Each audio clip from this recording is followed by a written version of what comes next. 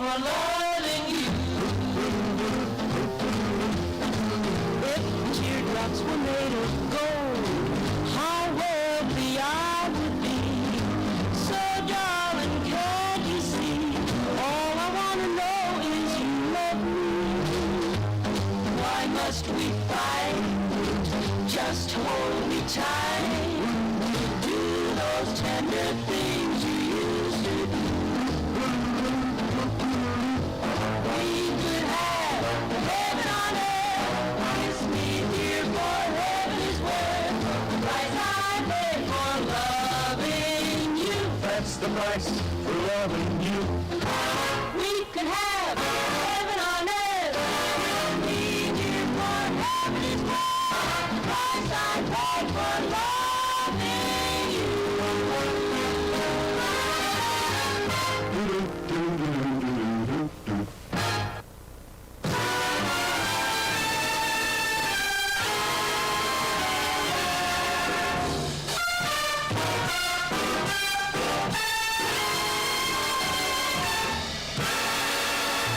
After you gone and left me crying, after you gone, there's no denying.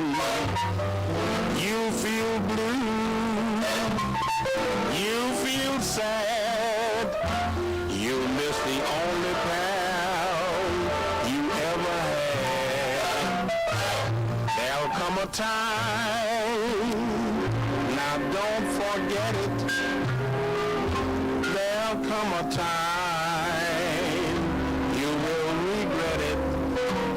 Oh, babe, think what you're doing. You know my love for you will drive me to ruin. After you gone, after you gone away.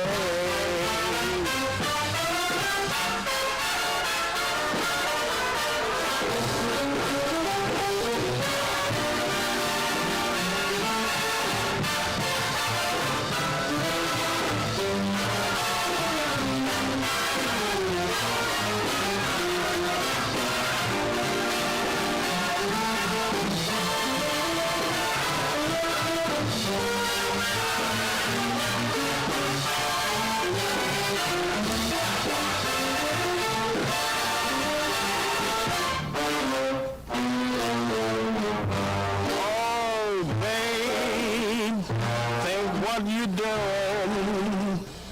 You know my love for you will drive me to ruin. After you gone.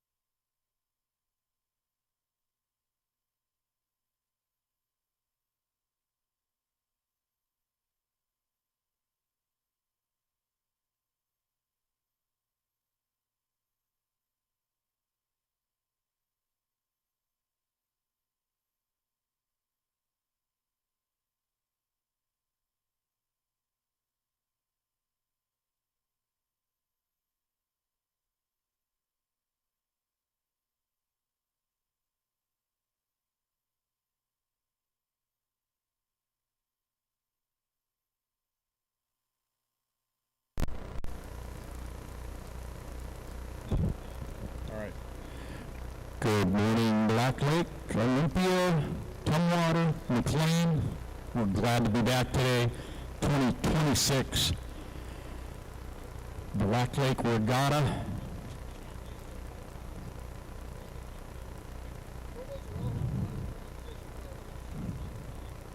All right. Just listening to some discussion behind me. Welcome to Sunday morning. Had a great day of racing yesterday. Got a world record. Had one disqualification on a world record because of a weight. We're ready to go again this morning. A whole lot of racing. Got to finish off a couple heats from yesterday.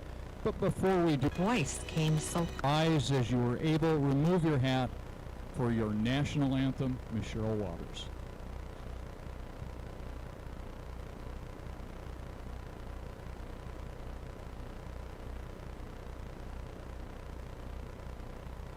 Oh, say, can you see by the dawn's early light what so proudly we hailed at the twilight's last gleaming, whose broad stripes and bright stars through the perilous fight o'er the ramparts we watched were so Home point updated. gallantly streaming, and the rocket's red glare, the bombs bursting in air, gave proof through the night that our flag was still there.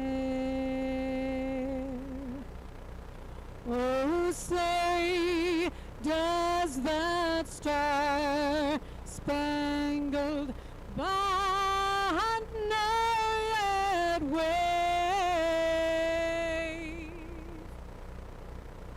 o'er the land of the free and the home of the brave?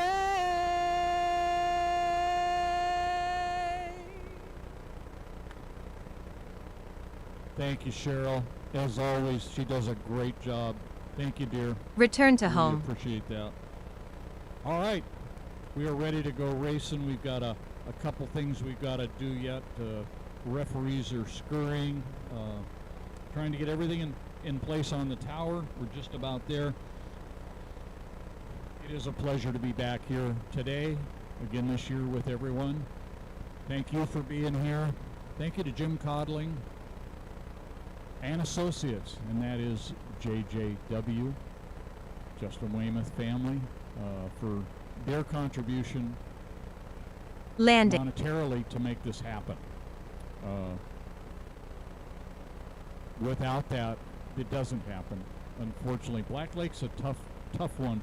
Some of the best water we have anywhere in the country. World record course, as we saw yesterday, 2 records set. One won't stand because of a weight issue. Didn't make weight on an outboard. And we had another one of the outboards, a 45, set a record, broke the record. Carson broke his dad's record by about 3 miles an hour yesterday. Just an absolutely beautiful run. But aside from that, Black Lake is tough because we don't have a lot of businesses and companies around that we can go to look for, sponsorship money. So it's very difficult. Thurston County is very expensive to work in as far as having a race. And so we are grateful for all that Jim Codling, the Weymouth family have done. Appreciate that very much. If you're ever interested in helping to sponsor boat racing or be a part of boat racing, pnbra.com. Go find them. They're there. They would love to have you as a part of this. I've been a part of this group for more years than I can even begin to tell you. And so It's a big family. We really have a great group, and like I say, it is family. Hang on one second. I'll be right back with you.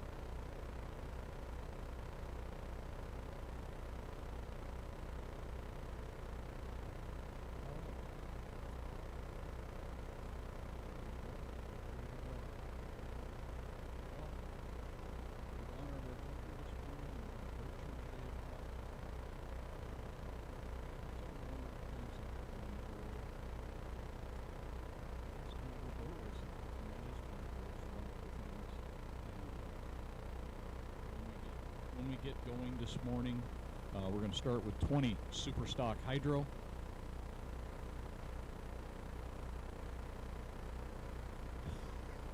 Sorry, there's too many things going on around at times to distract. But we have 20 SS hydro. Then we have 1 liter SE, which is sportsman entry. 20 SS hydro second, and then 1.5 stock is what I heard. Now that could be wrong. I'll wait to hear from the referee. Takeoff. I do not have a radio today, so Home I'm not point privy updated. to that conversation that's going on. We just have so many radios out there that Obstacle we did not have sensing enough charged unavailable. radios, Fly so with caution. if somebody down in the pits can hear me at some point when those radios charge, if we can get another 1 or 2 down here, it will probably help, because we had to change a number of times yesterday. But that's where we are as far as what's going on. This is 20 SS hydro.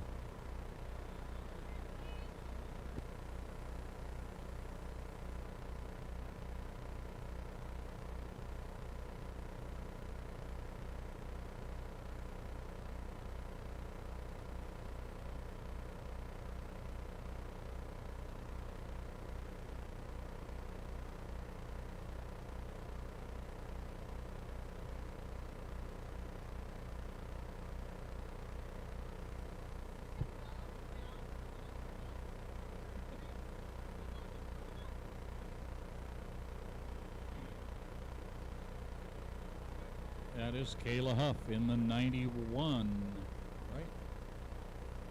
No. Yep, 91R. Just had to double check that. As you may have heard, we have eyes that are warming up this morning. Mine are warmed up. They just don't work as well as I'd like. Outboards are really small.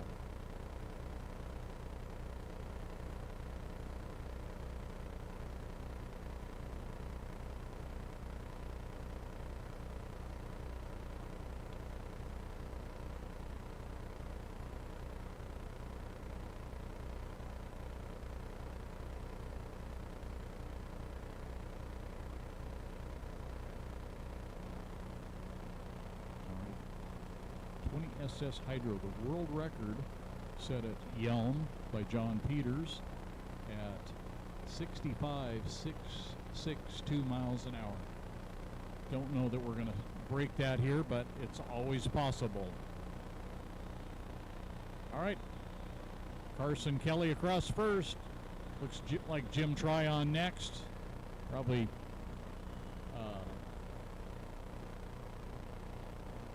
Dale Bartley third and Kayla Huff in fourth.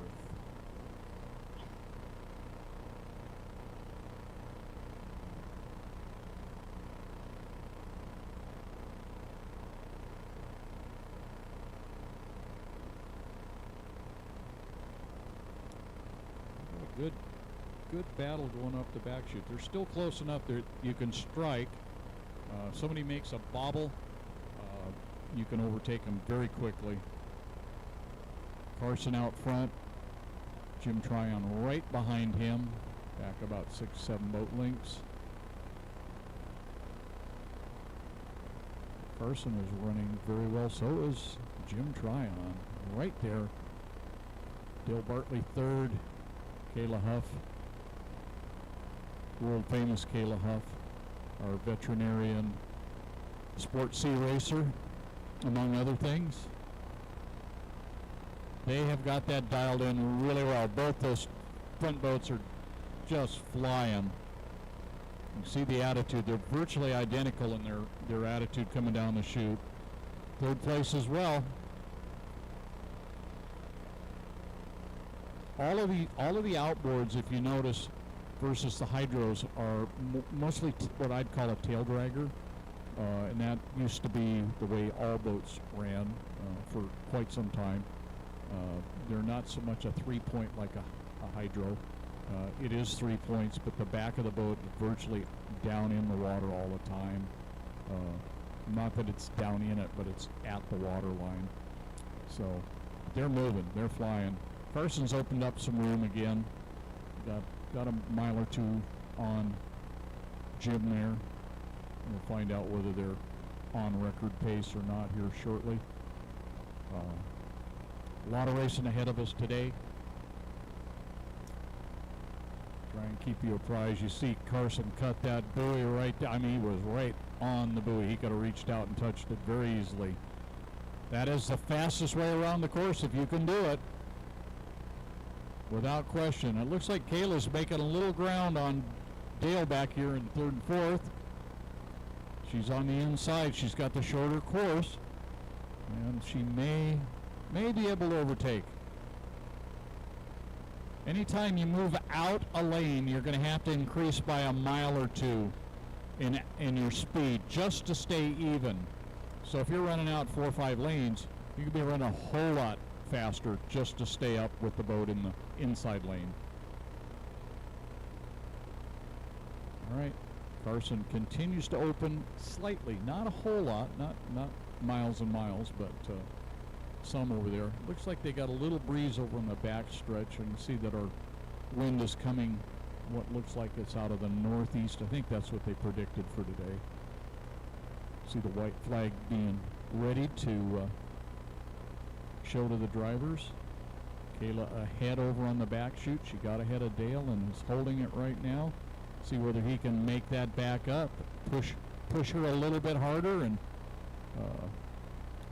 all right, Carson Kelly starting his fourth and final lap on this 1.25 mile 5-mile heat.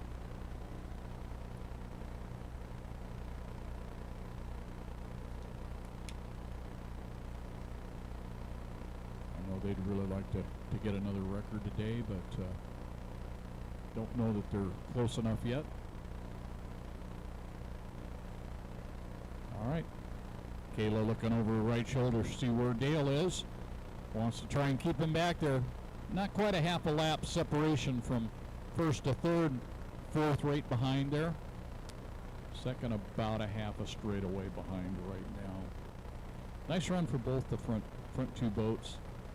Jim just not quite fast enough to stay with Carson at this point. Carson is progressing well in his career. That's understating it. Hall of Champions, National High Point, World Records. I know in that couple national championships. Heat winner, 20 SS Hydro. Carson Kelly, second place. Mr. Jim Tryon, 7-2-1.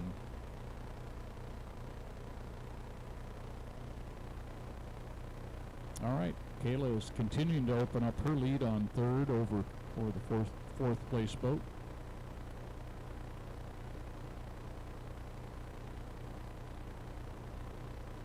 Fourth place boat is Dale Bartley. They'll be coming around here in just a minute. Kayla cutting it close to the buoy. Dale out a ways.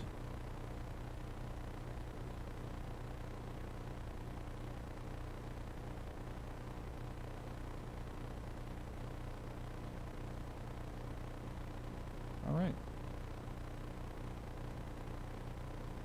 Very nice heat as everybody starts peeling off and heading for their respective Return to home. pits.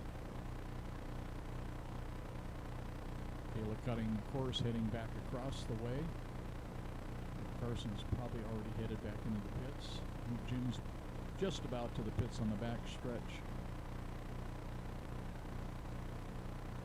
And Dale Bartley is following suit right now.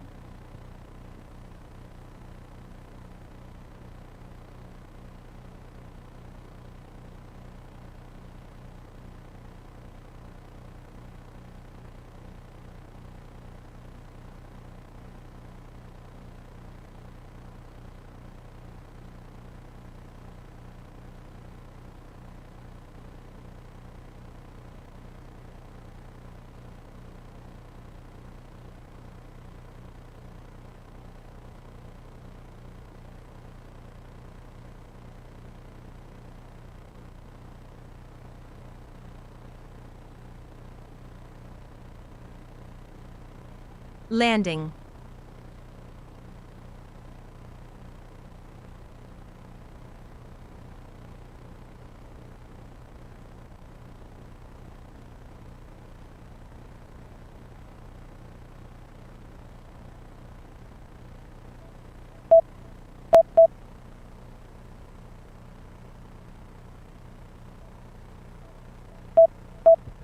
All right, just checking on what kind of speed they're about. He was about 4 miles an hour off the world record, so not something we need to worry about.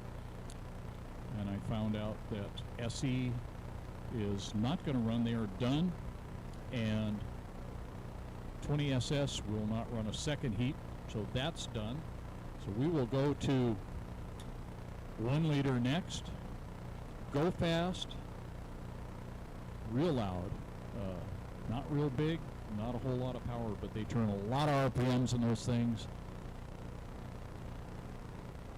Jet ski, snowmobile type motors, little 3-cylinder, and they really, really rock it. And here they come.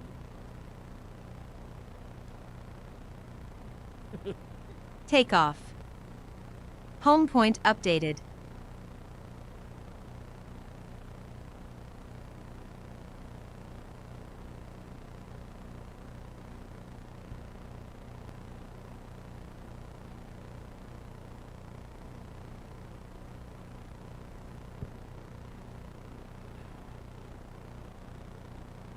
All right, Obstacle just getting sensing warmed up a little unavailable. bit on Fly the- with on the caution. morning. Got to make sure that I got everything in front of me the way it's supposed to be.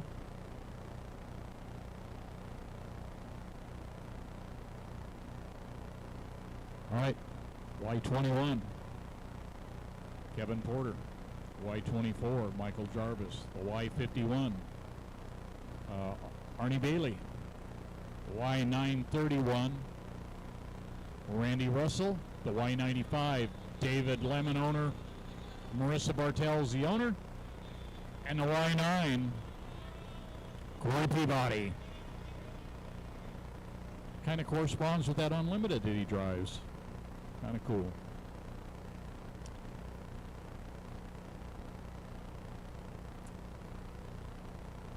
Well, we already have one boat that looks like they pulled at the infield and called it a heat. You see a little smoke out there. I don't know if that was from refiring, if they've got an engine problem. I'm guessing that's an engine problem.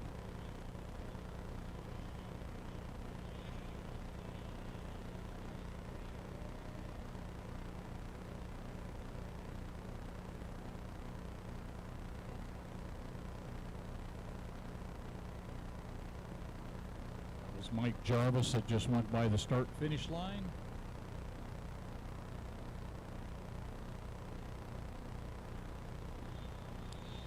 Corey Peabody in the 9.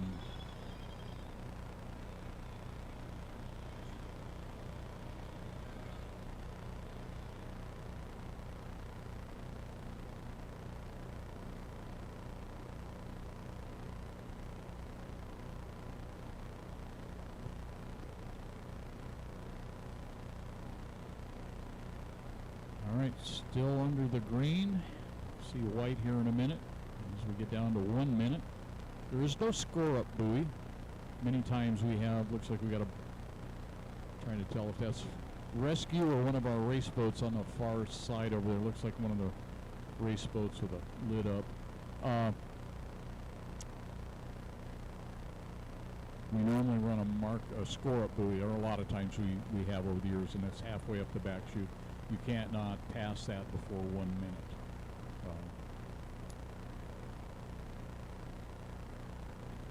We are not doing that this weekend.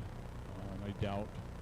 I know Chaz Dodge, our referee, likes to use score up coming off of the second turn, coming down to the start.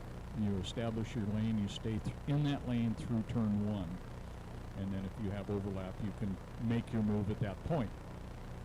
Different ways of doing it in different areas. Different referees want to see it differently, and that's what you learn to do. So we got 3. It looks like.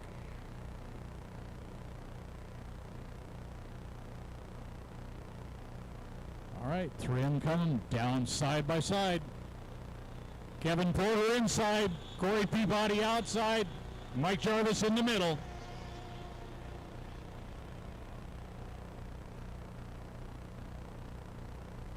So we had a little attrition. All right, there goes Corey. Run on the outside into the back straightaway. Mike Jarvis bringing up the back. They're just not having enough speed. Kevin Porter holding his own. He's got the boat real loose back there right now. Got to get that trimmed down, get on the canard and get it back on the water as he does into the turn. As I say, hold his own. Kevin does not have that much seat time in these things. Going to get more, though, and he's doing a nice job. Corey Peabody. Kevin Porter.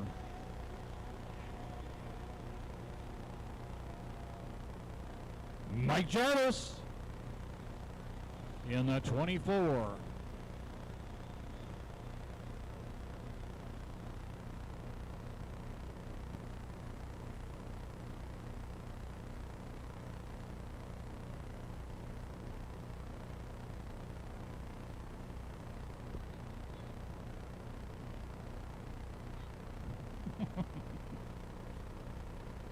We do have a few chuckles between ourselves up here. It is good.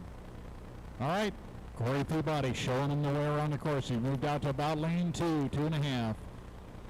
Just showing him the way, picking him up, putting him down, and heading for the first turn again. Starting lap 3. Nice to see Kevin doing the job he's doing there. Bill Wallace has got to be very happy about that. Mike Jarvis in the 24. I know they're probably not going to be happy with the speed, but they are running and running well right now, and it's been an issue all year for Dave Lemon and the Sweet Lemon Racing team.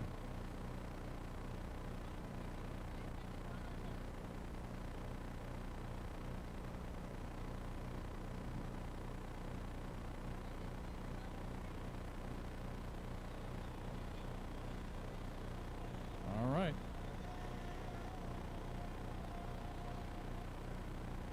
Corey has opened it up considerably. Kevin's still hanging it out, trying to make it work. And if you notice, Corey's got a one of those boats from back east. Yeah. I hate to give him a bad time. The thing that, and one of the big differences here is the Jones, which is in second place. It's a little bigger, it's a little heavier. The other boats are just a little bit lighter.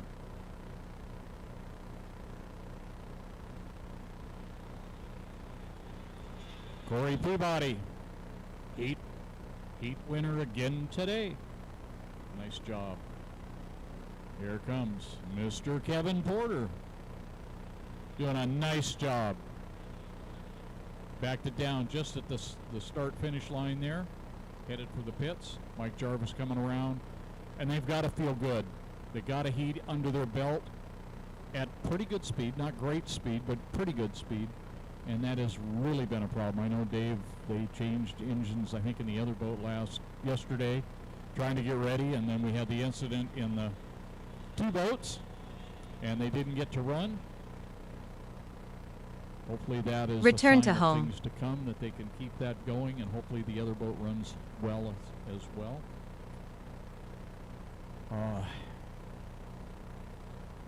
Now we're getting warmed up. And it looks like the boat that was in turn one is able to refire. Looks as though we have one on the back stretch over there that is not running. And unfortunately down, we're just a couple feet above water level here, and that gets a little difficult at times to see, especially with the glare off the water.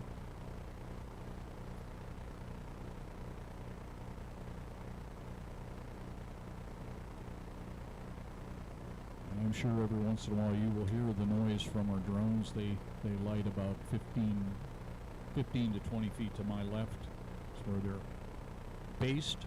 So they're in and out of there all weekend, and sometimes you'll hear that, and sometimes you'll hear the neighbor dog over here barking. Okay, we do have a boat over there. We got somebody going. Landing. Tow is heading that way to take care of that.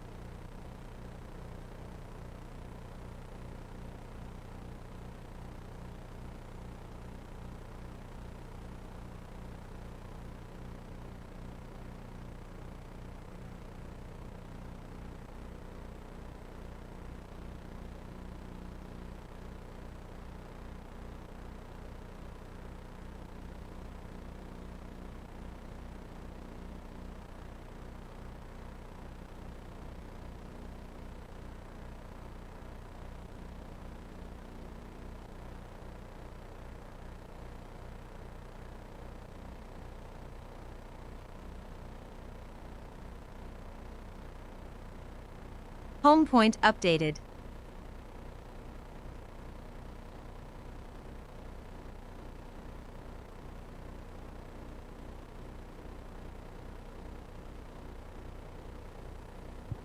Well, you can hear them across the lake from where we are. We're canoes. And I saw folks from that group over getting a radio and turning in entries earlier this morning. And Off. if information from yesterday is correct, we should have 8, possibly 9 out here this morning. And they will come out, get fired up, go up into turn 2, around the turn, kind Take of off. mill, and get ready. Home point Come updated. down, get a green flag, and start their heat. And they will Obstacle go down into sensing turn 1, and then unavailable. they run Fly with basically caution. around the DMZ. That is the course it's set up. They're not fast, although I'm sure you're sitting in that. You're really low to the water. It probably feels a lot faster than what it might actually be, but they're fun to watch. They really are fun to watch. These tribal members have these toys. At one time they were not toys, I'm sure. They were very useful in what they were doing then with their livelihoods and everything. Wonderful to have them out here. This is ancestral tribal land, and it is great to work in association with them to put this on.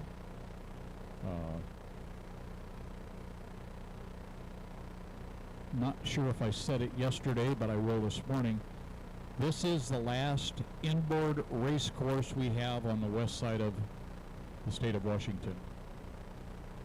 It's very unfortunate. With rules, regulations, community favor or disfavor, we do not race on the west side anymore to speak of.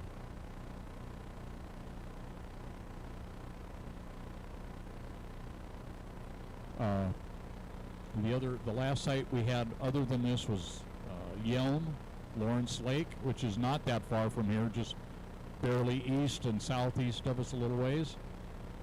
And simply because of regulations of APVA and the state, we could not control the boat ramp over there, state launch, and we couldn't get people to sign waivers and keep them out of there. We had to allow them in, even though we had rented it.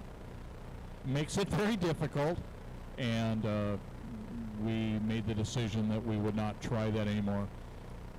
The other site that we had over here was Spanaway, and those that had been involved in putting that on made the decision that with all of the reconfiguration that it was not feasible any longer to do that. So it's too bad, because we'd really love to see that happen. I don't mind going to Eastern Washington. It's actually, compared to coming down here Friday, is no more of a drive for me. All right, here they come. Gonna get their green flagging. Nope, nope, nope, nope. You see our flagger out here pointing to go back, regroup. Had one that was out of sync, so now we got everybody going back up. They got to get enough open water to get turned around, and they don't turn on a dime. Hopefully this time they'll get regrouped, and we'll be able to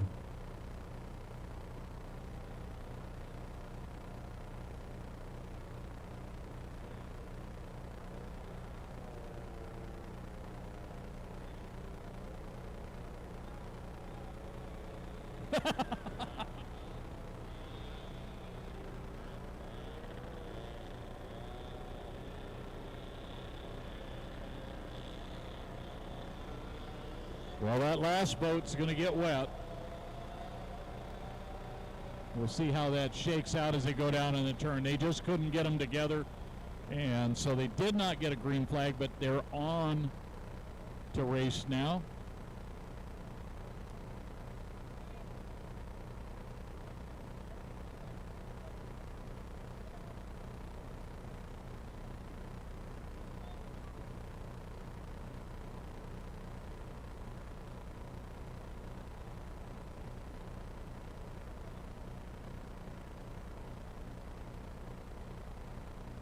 All right, got one that fell back.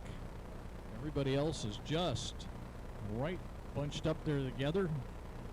Got 4 of them up there.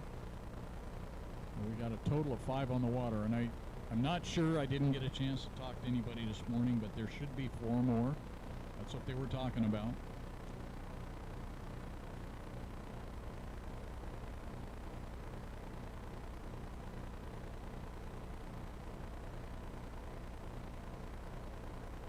Russ Dodge, I think that was a Jim Codling start there.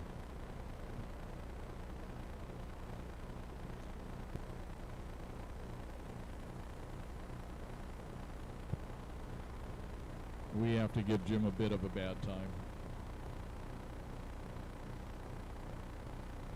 Special shout out to everybody that's here this weekend and helping out. As I said, we didn't have enough radios this morning. Well, this place takes more radios than anywhere else we run inboards and outboards in Region 10, period. We have 3 totally separate locations. Sound system can be a real struggle as well. Hopefully everybody is able to hear at least some of what we're doing. I'm not 100% sure on that. Hopefully it's working. I heard different reports yesterday. I heard there was nothing in the pits, and then we heard you fine. Well, I hope you're able to hear it, and I hope what I have to say will help with what's going on out there.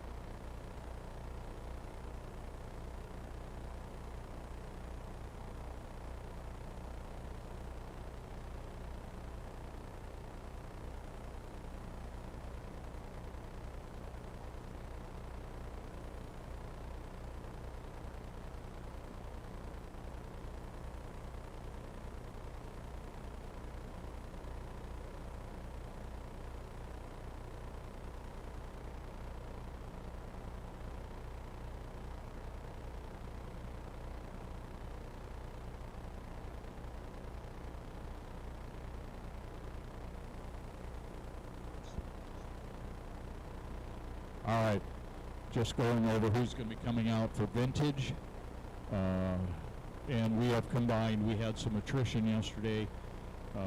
Valve spring on the Pegasus broke, and that is not something they could take care of overnight, because not only do they have to figure out what the valve springs were, it's a triple spring, but they also have to find it. And once they do that, the engine has to be torn down, and they got to find all the metal that's broken, make sure there's no damage. So they're done for this weekend and maybe done even for the year, which means that hopefully, if that's the case, that Travis and Stephanie will bring the 5 liter back out for Moses Lake the end of next month. And also Jerry Hicks in the J20 or J76 Copycat broke their coupler on the back of the engine.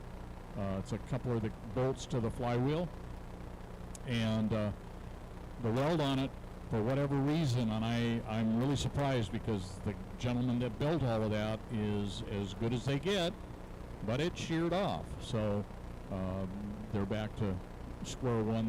They don't have a repair right now for that. They will shortly, but I would imagine they'll be back and ready to go at Pateros in a month. And Randy Christensen may come out. I don't know at this point. We will find out. But they were talking about a single heat. So if I'm wrong, I apologize now. Randy's had some electrical issues, and looking like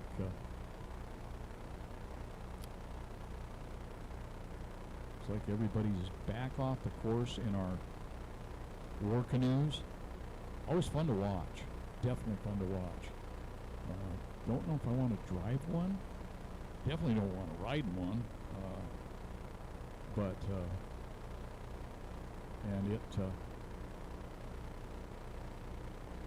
fun to watch them run. I know they're enjoying it. If they didn't, they would come out here, that's for sure.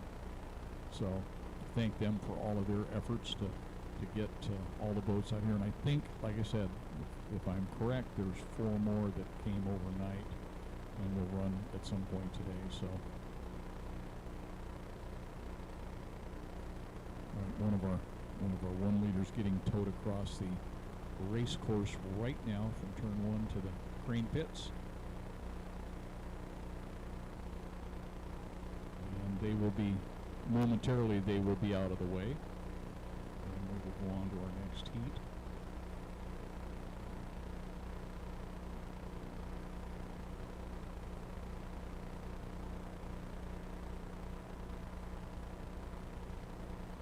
Unusually cool down here, not cold, cool. Normally I expect to come to Black Lake, and if they say it's going to be 70 at home up in Woodinville, I expect 80 down here. We have not had that. Friday was a little muggy, had a fair amount of humidity, but yesterday actually ended up putting a sweatshirt on in the afternoon. It got cold. That's not the norm. All right, sounds like 1.5 liter stock T-boats.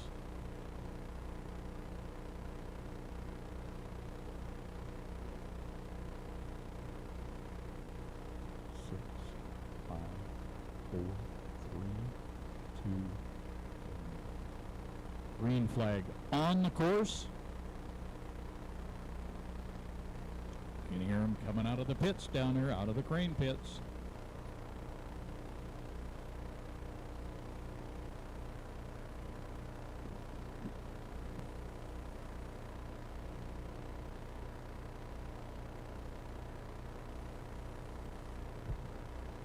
Roll call this morning, everybody answered, so I'm guessing we will have all 4 boats back out. And we have 4 boats on the water.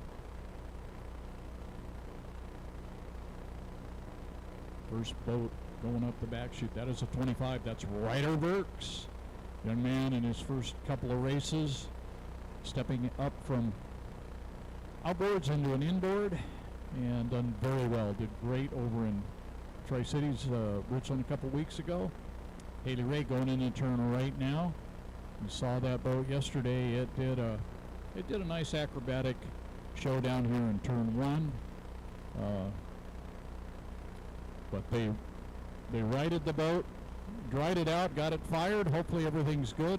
Haley looked to be in pretty good spirits last night. Upset with herself that it happened, but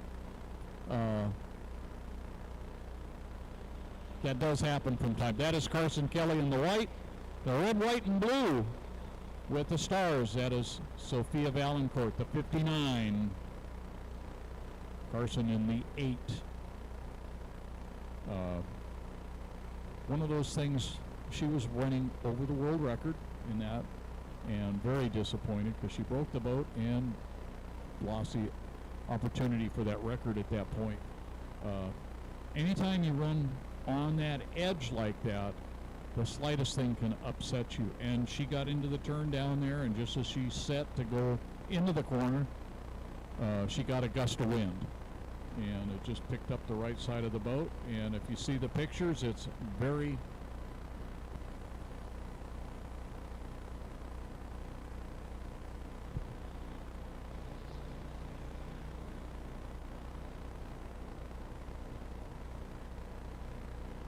It's a small boat, and he's not the tallest kid on the block. He's a good driver, though. That's Ryder Burks in the 25. We got some really colorful, we got some colorful young people. They're great young people, but we've also got some great-looking boats out here, and they all perform very well. And they were saying yesterday, Sophia's getting ready to head back to UNC middle of next month, back to college. All right, white flag went up. We're at 1 minute, and that's about where they want to be at that time.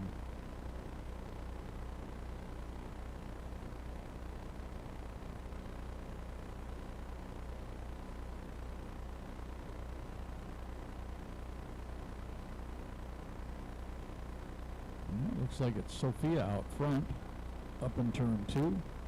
She's going to probably go out wide, try and scrub some of the time that she's probably ahead on the clock right now.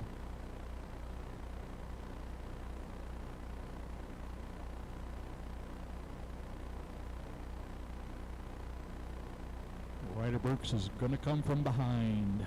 Same with Carson. Oh.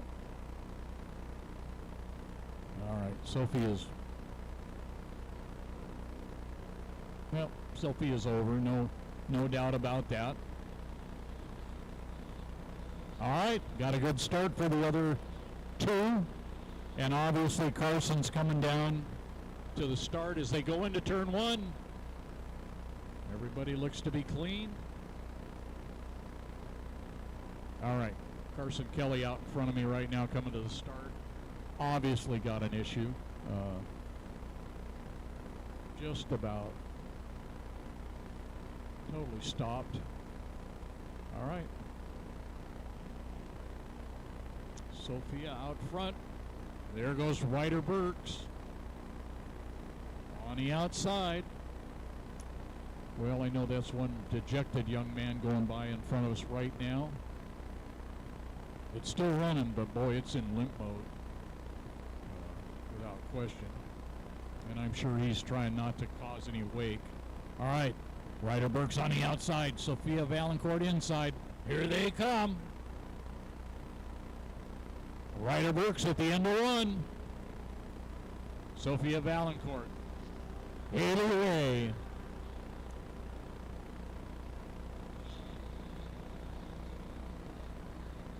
And you got to hand it to that young lady. She went on her lid yesterday. She was very upset by the whole thing. Yeah, Carson's finally shut the boat off, and looks like we've got a tow real close, so I'm sure they will get together and proceed down the front chute once that is accomplished. But to get back in a boat, and you have to do that. You have to get back in the boat as soon as possible and make sure that you want to do it. I've known people that have, gone on their lid and that was it. They walked away. That's not the goal.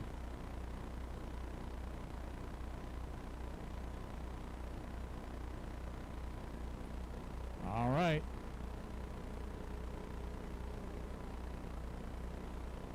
Ryder Burks in the 25, Sophia Valancourt in the 59. Here comes Haley Ray.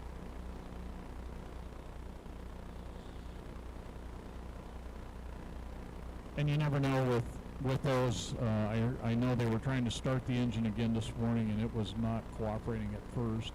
They did get it running, but they may have a couple of issues with anytime they get doused like that with water, cold water after being hot running race speed and race temperatures. You can have some issues, but I'd say all in all, that's a great sign. She's doing a good job. And the boat's got more. That boat should be right up at the front with everybody else.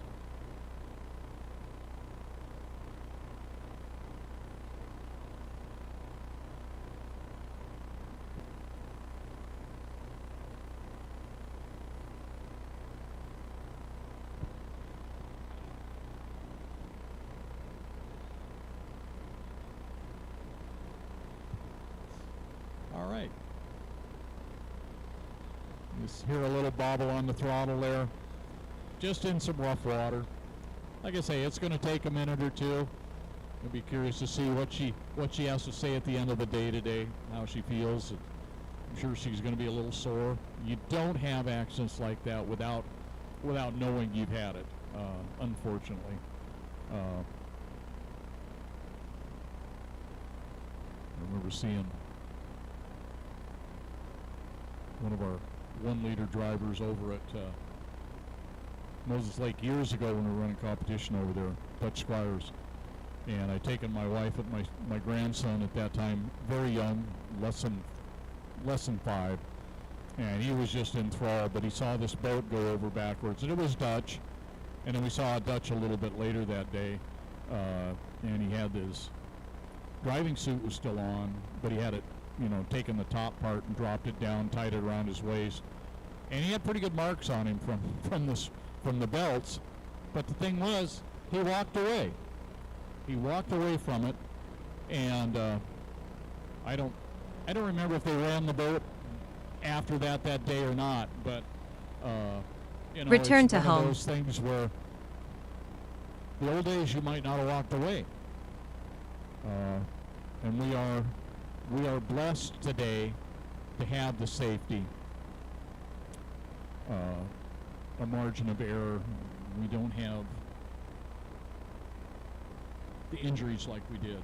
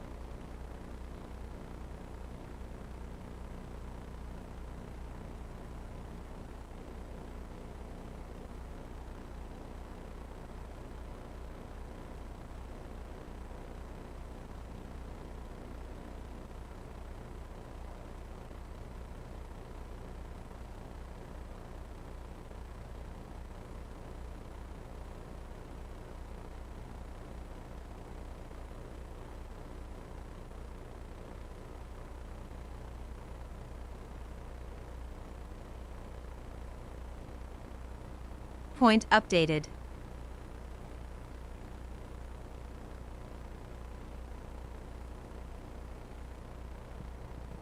Takeoff. Home.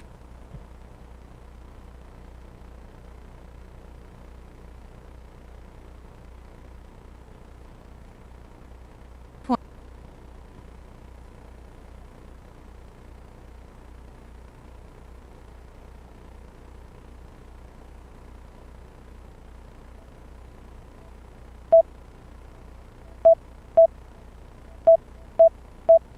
Landing.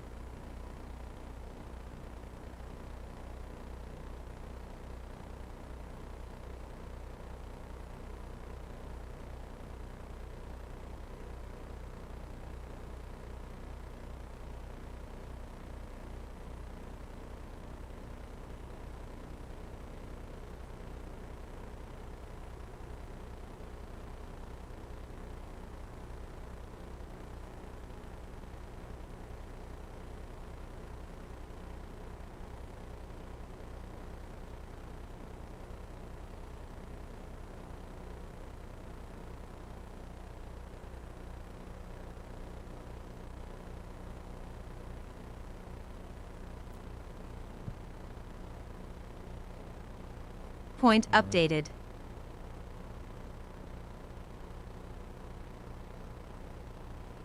Takeoff.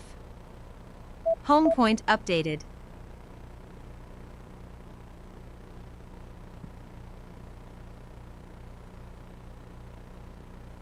Optical sensing unavailable. Fly with caution.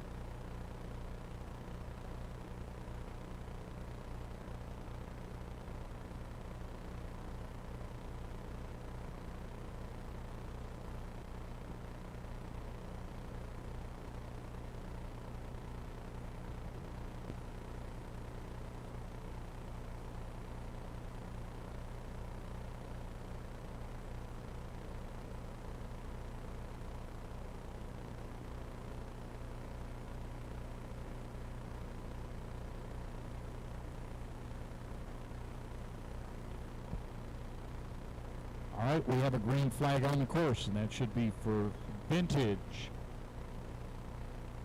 Wait to hear that. I'm hearing somebody fire down there and turn down in the green pits.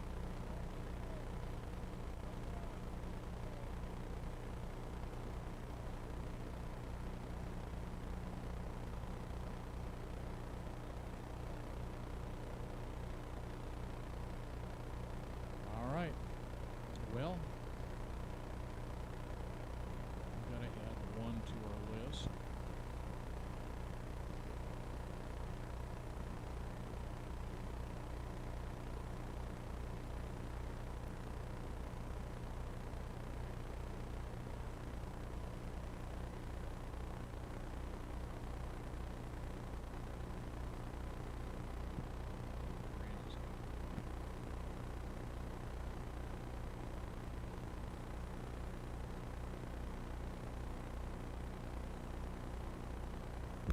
All right, well, this is a treat.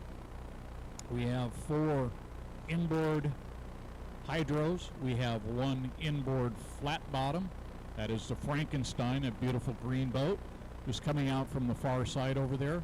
Sean Waters at the wheel. That boat is for sale, by the way. If you'd like to go flat bottom racing or vintage. They're running vintage. They're not trying to tear up equipment. They want to sell the boat.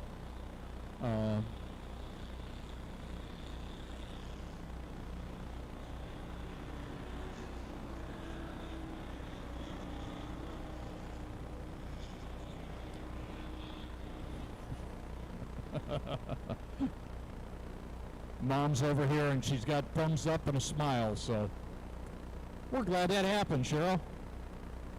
All right. Out front there, Sean Kelson in the Dawn. That is a Kelson 2 1/4 hydro. Scott Whitaker, the owner.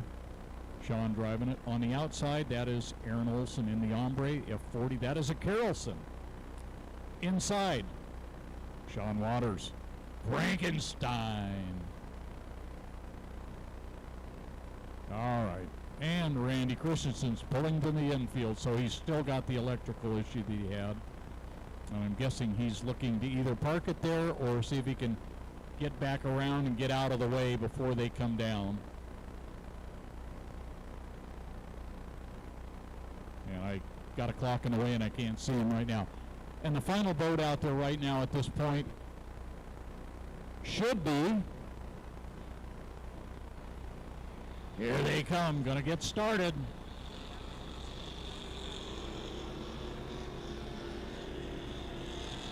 All right, definitely better water than we had yesterday.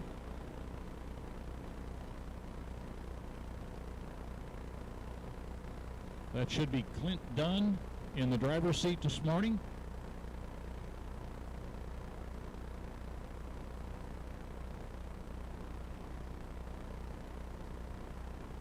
Well, looks like, well, we got 3 of them up there in the front row. And Clint back a little bit. He's got boat speed on everybody. That is a very, very fast race boat. That boat and Ombre are pretty comparable as far as top speed. Pussycat's a little bit bigger, about a foot longer, maybe just over that. You see him coming around the turn. Sean Waters inside, Sean Kelson in the middle, Aaron Olson next to him.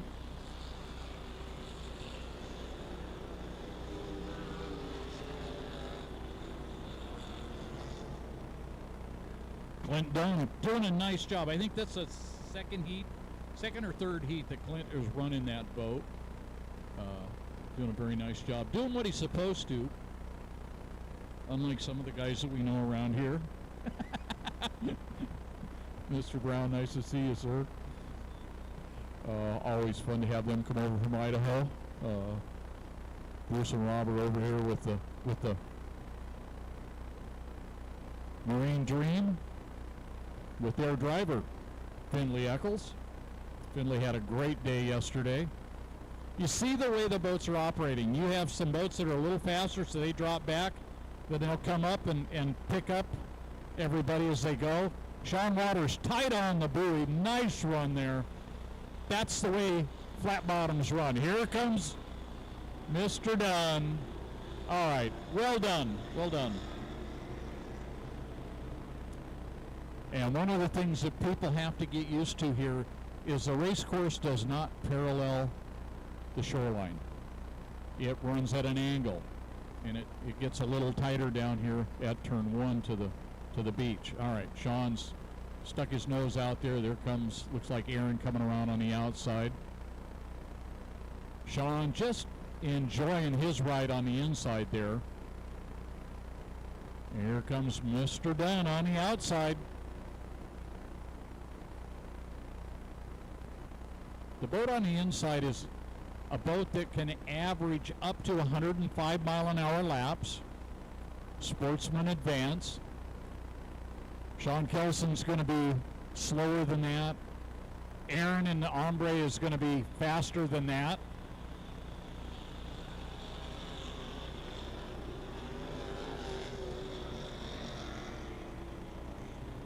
And Clint Dunn on the outside is going to probably would be the fastest of actual lap speeds if they were racing. But a nice show. Really. I'm not saying anything, Bruce. Aaron's and I know Aaron told me earlier. I'm not telling his mom he went that fast, but you saw what he did. He came off the turn, showed some acceleration. He's backed out of it now. Everybody's going to pick back up and catch to him. That's what this is about. It's about putting on a show. It's exhibition. I used to talk about old men and being exhibitionists, but that didn't sound too good, so we don't do that anymore. We're just doing exhibition runs. All right.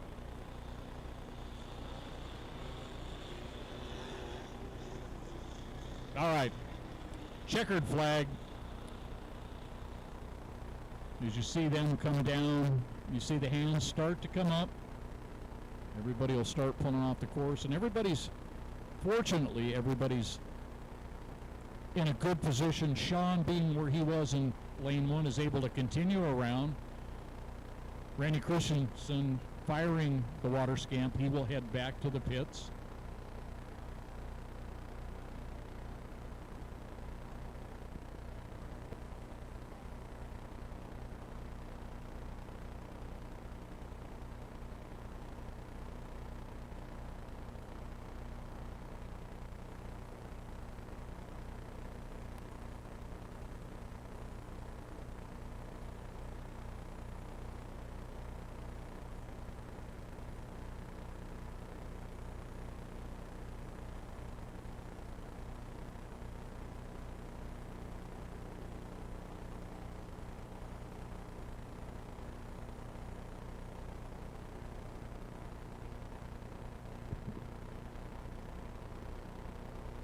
All right.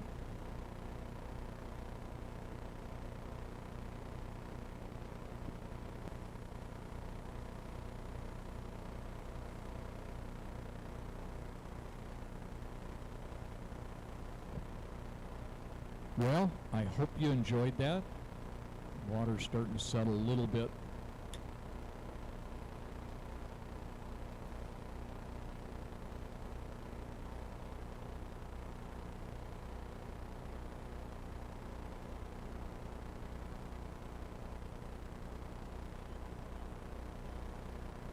All right, 20 SS will be up next on our Sunday schedule.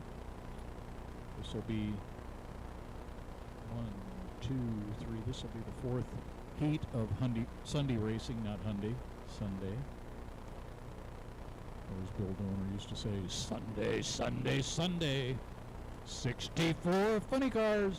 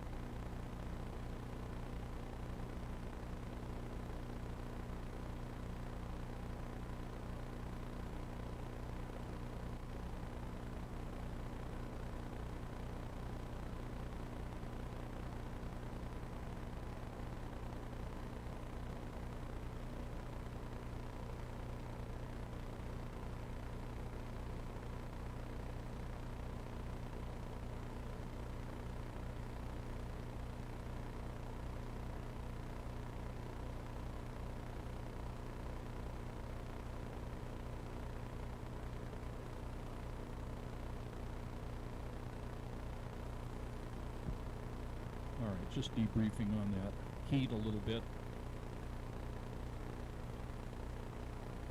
We have 20 SS Hydro up next.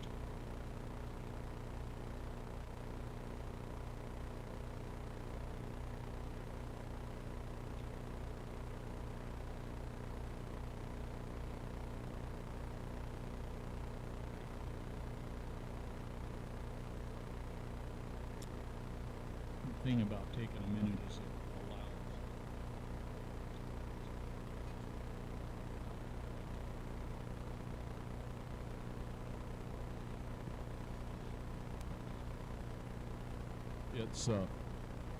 It helps to let the water settle after the big boats. It's always been an issue. All right, here comes your 20 SS Hydros. You should have the 721 Jim Tryon. He's out of Bellingham, Washington. 91R Kayla Huff out of Edmonds, Washington. Carson Kelly, the 28R out of Bonnie Lake, Washington. And the 50R Dale Bartley out of Olympia.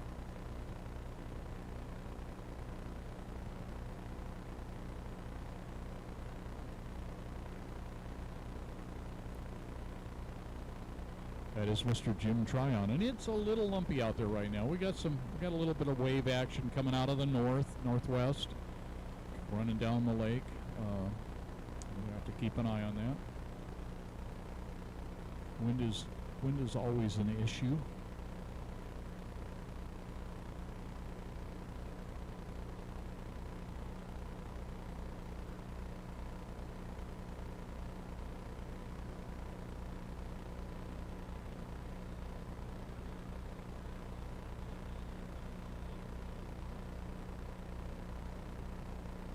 Carson is it not? Yep.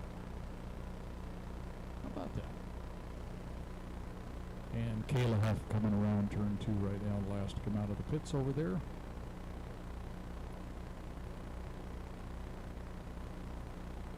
Lots of moving parts to this race. Like I say, this is more and more difficult because we have 2 pit areas that are separated by the width of the lake, and then a third location for the start-finish line. As I say, Lawrence used to be like that. But Terrace is a little bit like that because you have a ramp at one end of town, and the hydros that are crane launching are kind of about 3/4 of the way the other way down the road, with the tower in the middle. Not as bad, but still spread out. And Brewster also has a little bit of that because we have a ramp and a crane area, and they're separated. So, and then our tower is down the river,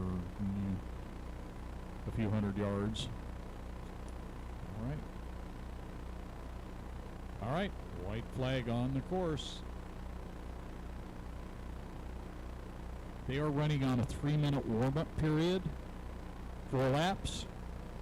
Inboards are running 4-minute warm-up, 4 laps. World record course if you're there on time.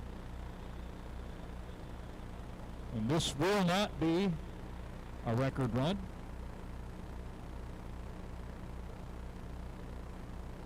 Because the clock starts when the clock starts. It's not when the boats cross.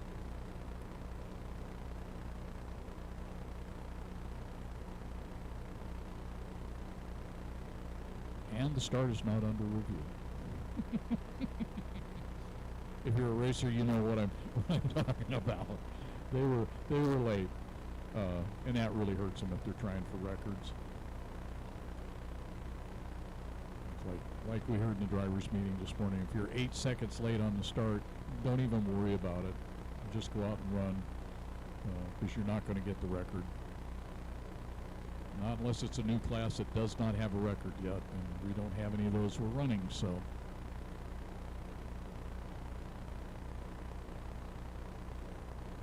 Carson tied against the buoy.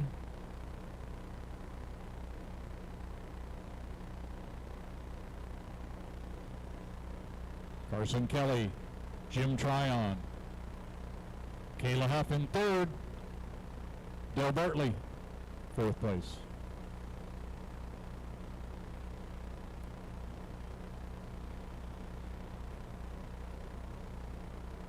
Dale Bartley out of Olympia, Washington. Kayla out of Edmonds. Carson out of Bonnie Lake. And Jim Tryon all the way down from Bellingham.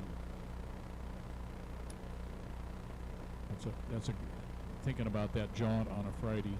I know some others made a similar jaunt. Those are not fun. Not with the not with the traffic that you have between Seattle, Tacoma, and getting down into the Nisqually Basin down there. I came early on Friday, or fairly early, and it was still, once you got to dropping down the hill into the Nisqually Valley there, that's where it gunny sacked, and it was just,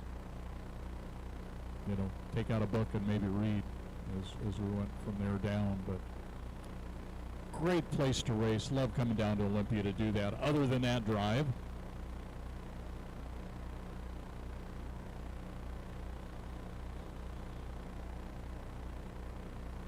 super nice ride for both those boats up front. Kayla bringing up 3rd right now.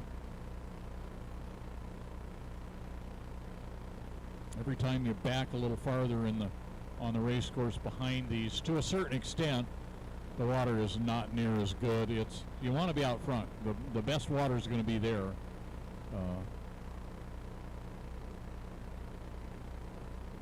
I was thinking about the drive. My wife, I used to drive down on Friday and help set up and go home that night. Come back Saturday morning, go home. Come back Sunday and go home Sunday night. And a couple years ago, I took a room, and the wife said, "Why are you staying?" I said, "That's a heck of a drive. Going down early in the mornings like Saturday and Sunday morning, you can do it in an hour and a half. It's not bad. There's no traffic. But you're on the road at 5 a.m., whatever, 5:30. But once you get the traffic, it's over." All right, white flag on the course. Carson Kelly.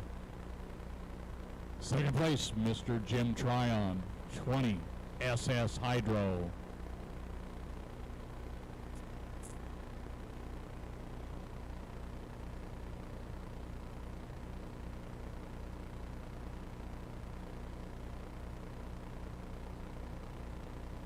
All right, here comes Kayla.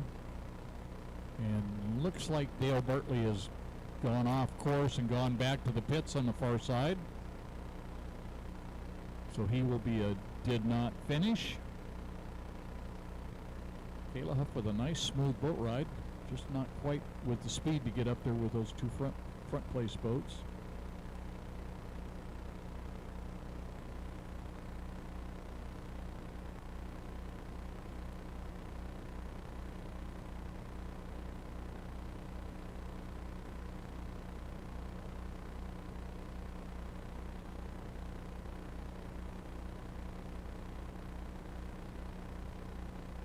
All right, your winner, Mr. Carson Kelly, 20 SS Hydro. 2nd place, Mr. Jim Tryon. 3rd place going into the 2nd turn on the back chute. That's Kayla Huff. She'll be coming around here momentarily. Round out her heat of 20 SS Hydro.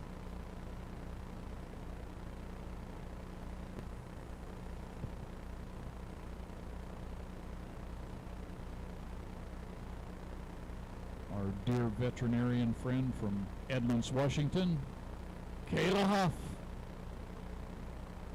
3rd place. Looks over her shoulder, make sure there's nobody there. She'll cut the course. It's one of the things Return that, to home. As an official, as a spectator, really appreciate. Our inboards can't do that. They can't go from front to back. They can only go the other way. And here we're fortunate enough, if you have time and room, you can come off the end of the straightaway and go to the pits when you finish your heat in inboard, if you have clearance. If not, we ask that they go around the turn, exit the turn, and then make the left-hand turn and head back to the pits. Because the quicker we get done, the sooner we can get the next heat on the water. It's not always true because of the crane and other issues that can crop up. But the faster you move through the program, the better. And I know most everybody on the shore would just as soon have an action-packed few hours and be done for the day. And as society changes and attention spans wane, Landing. it is imperative that we work on that, and they are. So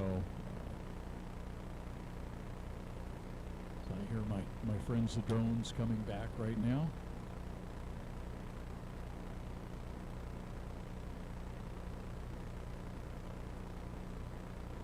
All right, this should be 300 super stock hydro.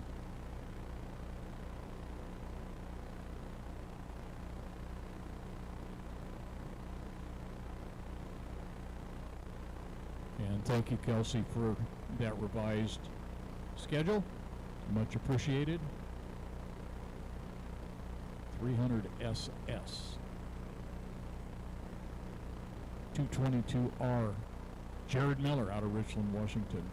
The 166R.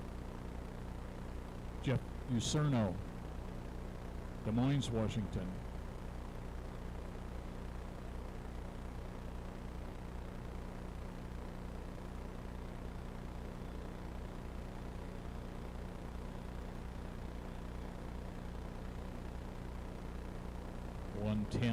R.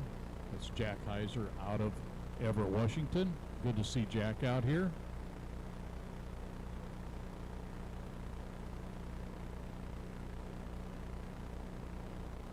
One US, that's Madden Henshaw.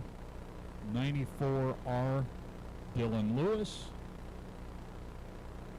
And the 333, Julian Wade. That's Pasco, Washington. I haven't counted yet. I'll do that here in a minute. Make sure everybody is out there. Home point updated.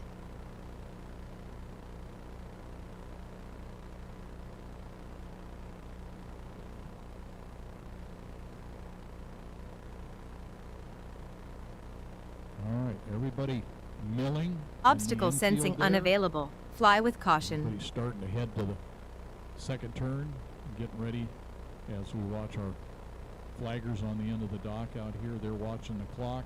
White flag just went up 1 minute to the start. They come down and cross the finish line. They will get a green start line this time. They get a green flag. It will stay green until one lap to go. Then it'll go white, checkered at the finish, and after that, sometimes we put out a black flag, which means clear the course, return to your pit area at reduced speeds. Anytime there's a black flag out there, you don't want to run full tilt. That is not the point. It is to make a safe trip back to your pit. If it's yellow, that means there's something that could be of danger on the course and to be advised of it. If it's red, it's a stoppage instantly.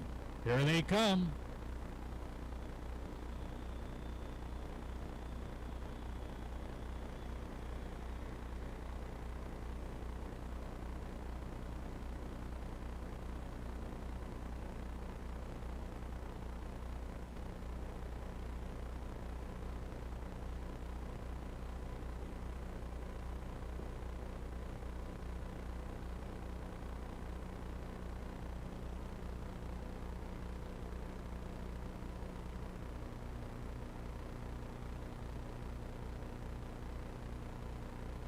All right. Got two that have pulled away up out front with about a 10 boat length lead. Got a pack of 3, 4, because they're starting to bunch up a little bit. So we do have all 6 out there.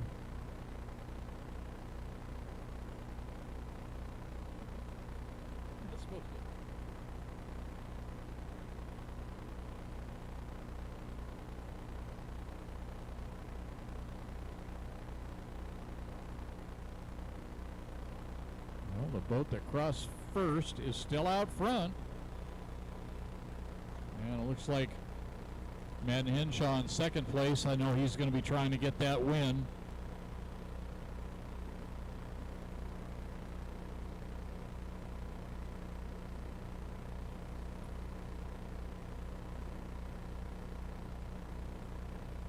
I will tell you, we do have an outboarder sitting next to me, and she's having trouble too. It's hard to see the numbers at this distance. Even with binoculars yesterday, I struggled. You gotta love these outboards, though. They bring 2 boats and 25 engines, and we have 300 different classes, I think, is what it works out to, something like that. But a lot of fun to watch. I get blessed every year. Jan Shaw asked me to come to Kenmore and announce down there when we do the new and improved slew race, which I wish was like the old days, because they used to run from Madison Park all the way to Lake Sammamish. It means you go all the way up Lake Washington, all the way up the slough, and then all the way to Lake Sammamish. They turn around, fuel them up, and then they drive them all the way back.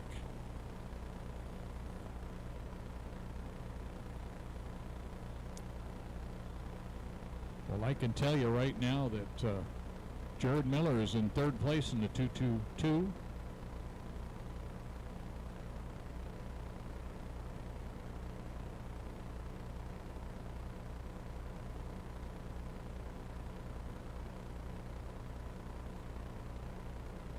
I'm not mentioning age.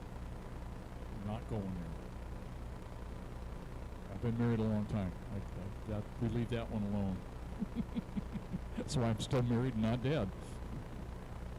She's had more than a couple of opportunities. She probably should have knocked me off, but yeah, 55 years. It's been a while. Great race out front. We got 2 right back there, 4th and 5th, dicing it up real good. 5th back, or 6th back by themselves, but Jared Miller in 3rd is holding his own. He's kind of found that little niche in there and going. And it is his wife's birthday.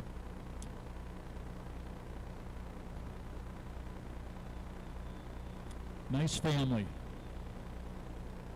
Got to meet them at Kenmore this year. Their son Keegan was just cute as could be, as most of those young people are.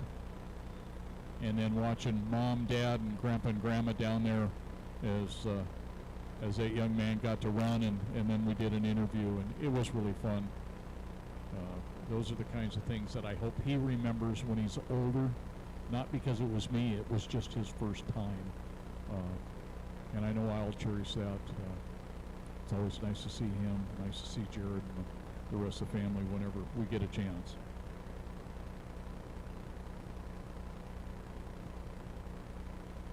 All right, they're right on the record. May get a new one, may not, but they're right on it. That's great to hear. So we'll just keep an eye on this, see where they go. I see a checkered flag being readied out here.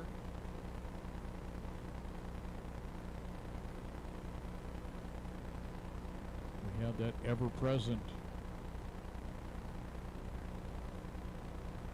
wind, and there you have it, checkered flag.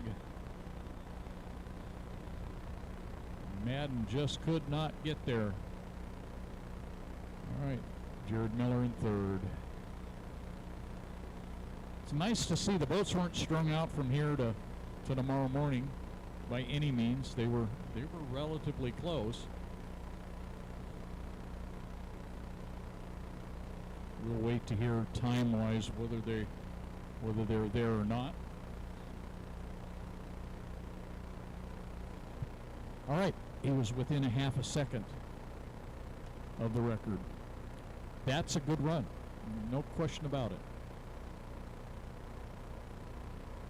And a half a second is just a blink.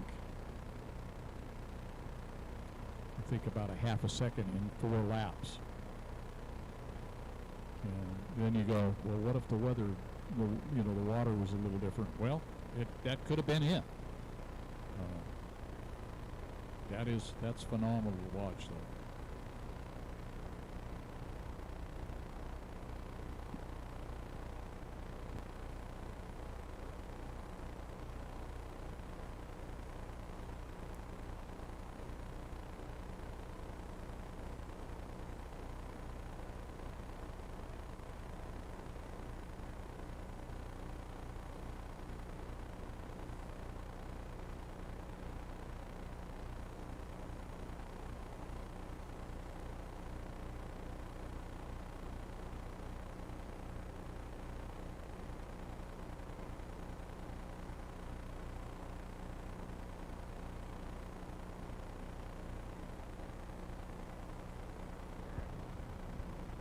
All right.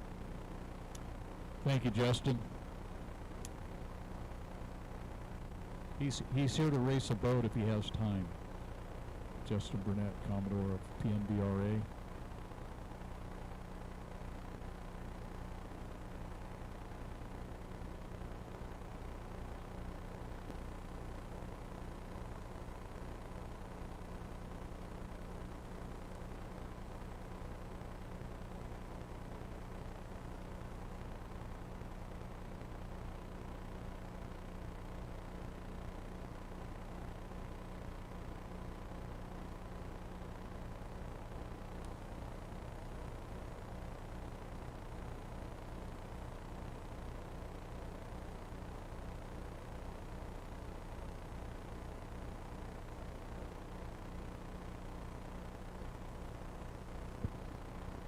We have a green flag on the course.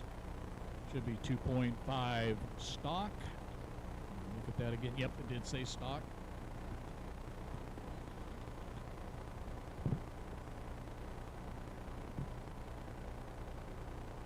Not the biggest engines, not the biggest boats, but they really put on a great show.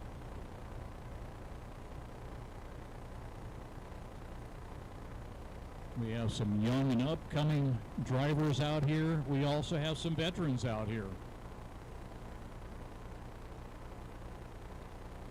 Sounded like Katie Brown was really on the power. All right, coming around the north turn right now, that appears to be Kyle Davenport in the 6. I'll tell you that in just a second.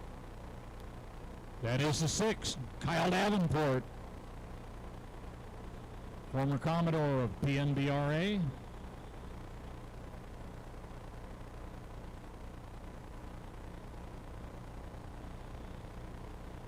Katie Brown in the 98.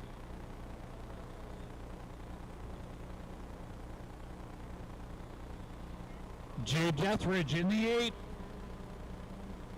Carson Kelly in the 12.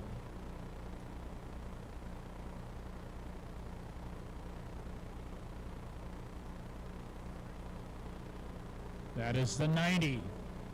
Travis Olsz, you see how high that nose gets. He really flies that thing.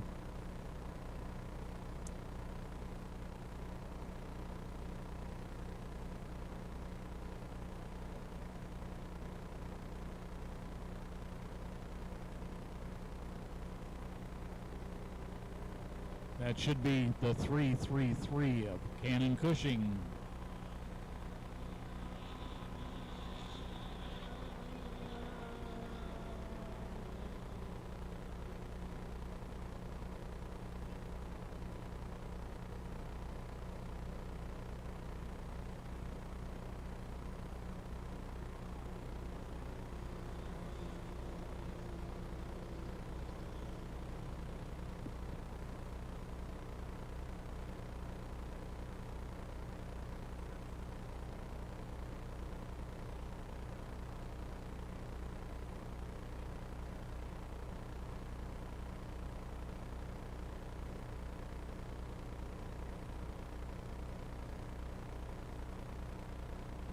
Carson Kelly pushing it up the back chute. He's going to chop the throttle now and drop to the inside. He wants lane 1.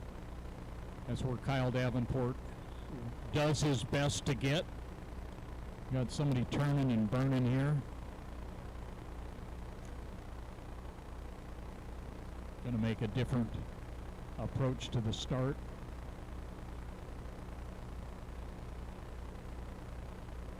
We got our park and start up here, and it looks like, boy, it's really hard to tell. It looks like Kyle is going to have to take lane 2.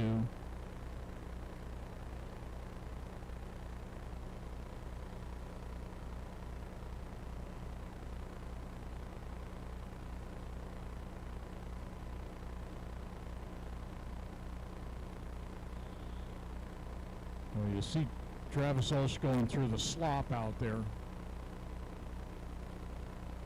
Oh.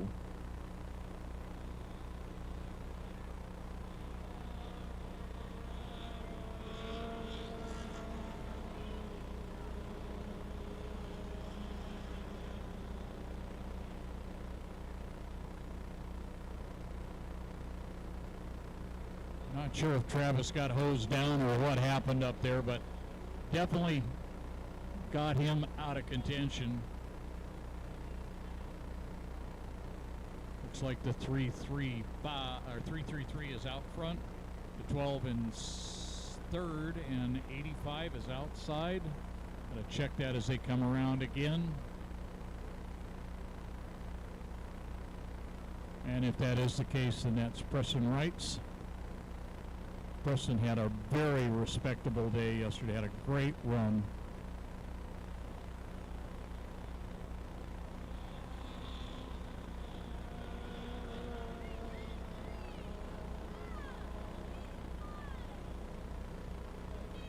Kyle Davenport, Katie Brown,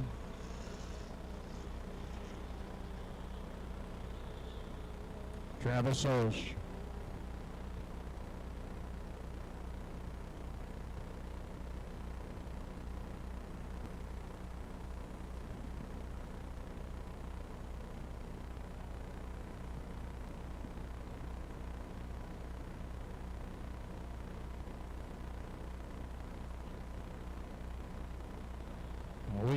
We got a whale of a race out front here.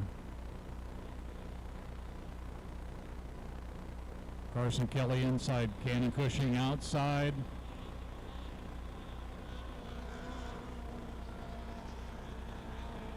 Preston Wrights. See him get up on that little cushion air there. Kyle Davenport, Travis Ulsh, Katie Brown.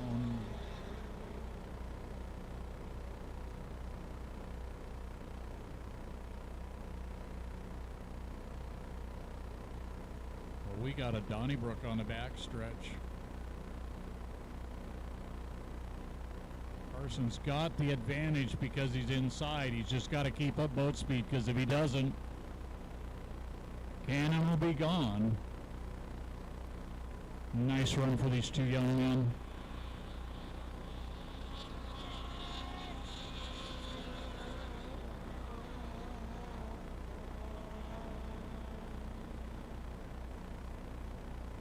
Sound like the bows are floating there.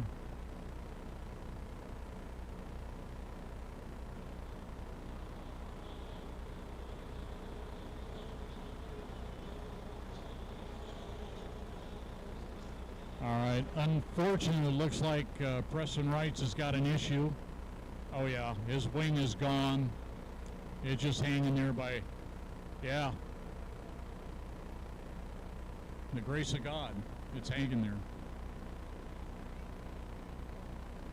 All right, here they come. Cannon Kelly with Cannon Cushing with a slight lead. Your winner, Cannon Cushing, second place. Carson Kelly, third place. Looks like it could be, well, we'll see whether Travis can keep his foot in it. Travis Ulsh on the outside, going to take third. Inside, Kyle Davenport. And Miss Katie Brown in the 98. Return to home. They were flying.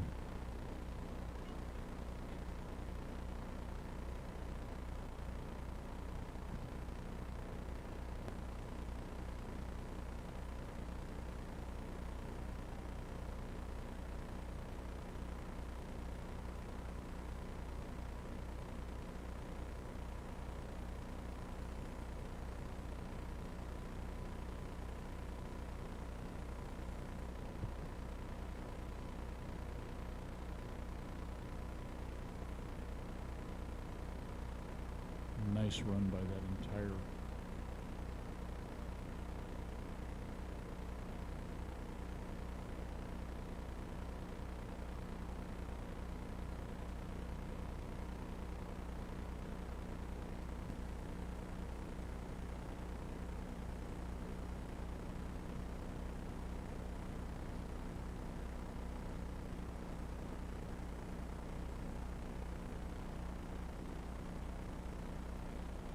Landing. All right, and we did have one jumper there. That was a boat that didn't finish. I don't know if we had any others, but that I do know. Next up will be C-Mod Hydro is what I have on my list. I'm going to step away for a minute. I'm going to grab a sweatshirt as that breeze is picked up again, just so I'm a little more comfortable. And I will be back with you momentarily.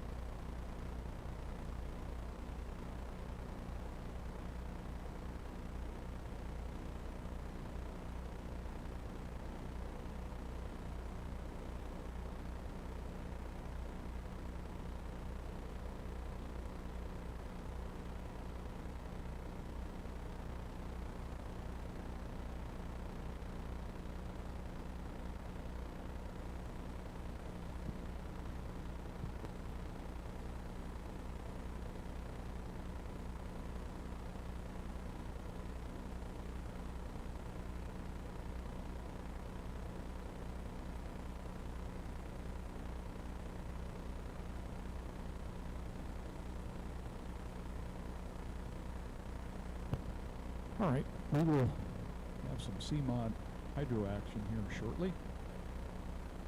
What a nice day down here in Olympia, Washington. Black Lake.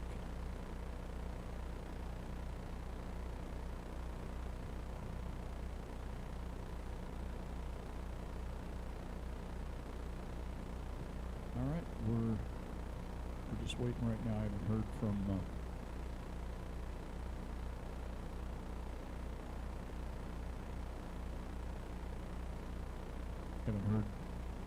what we're waiting on right now. Obviously, they're not ready for whatever reason. But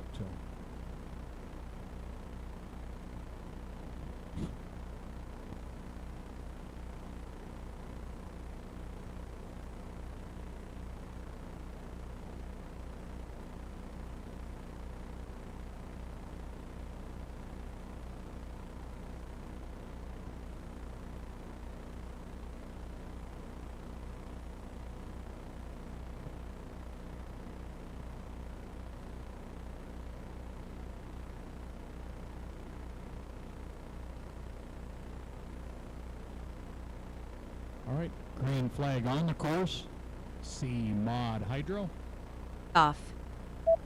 Home point updated. 721.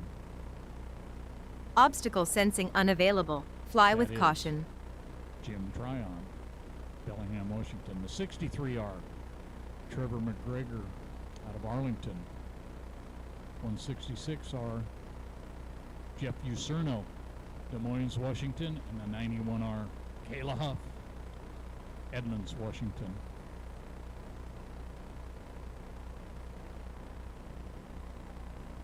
And if you are up in the north end and you need a bet, that young lady can take and provide those services. She's in Edmonds, Washington, and I'm sure if you talk to her, she'll gladly give you the information you need to get in contact. But fun to have her out here running against Dad and everybody in the C Sport, and then also running outboards.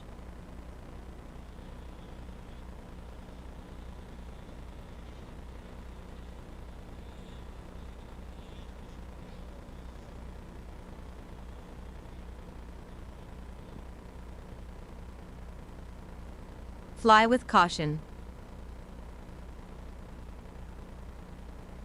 All right, Kayla coming on the course right now. Give her a bad time and tell her she was late. You probably hear that she was fashionably late with the rest of the guys. Been a very good sport about some of the ribbing that we give one another. And I guarantee if you're a part of Vintage, you better be ready for it because they love to dish it out. Sitting at a group last night after we were done for a while before I went back to the motel, and it was literally brutal what they were doing to one another, just jabbing them right and left, and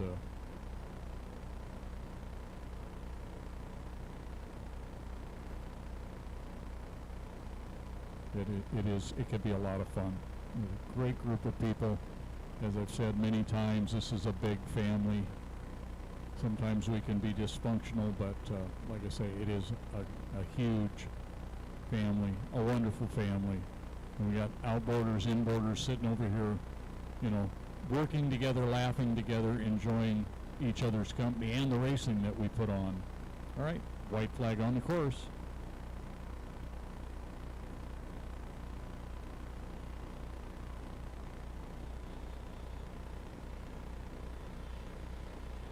All right, looks like we got a good start. It was Jim Tryon on the inside, I think. What I saw should have been Trevor McGregor on the outside with Jeff Userno in the middle up front with Caleb bringing up the back there.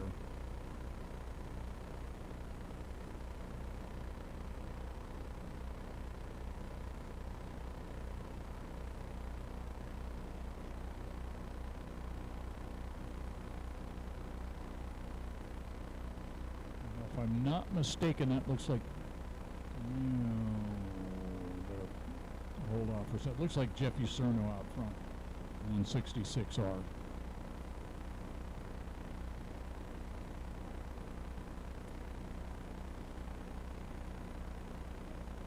Really difficult to tell from a distance. No, yes it was. No, it is not. I'm sure that's Trevor McGregor. Jeff Userno.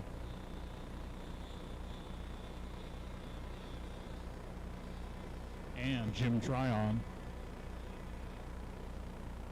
Kayla Huff.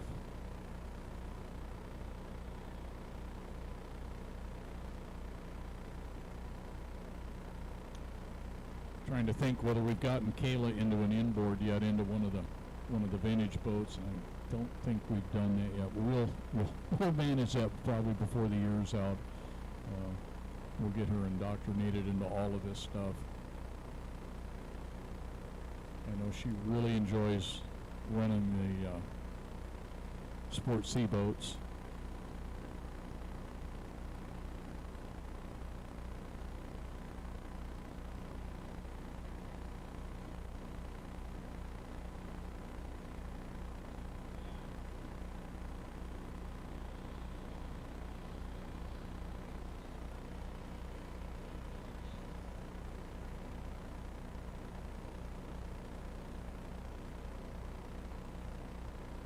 got a big gap between first and second.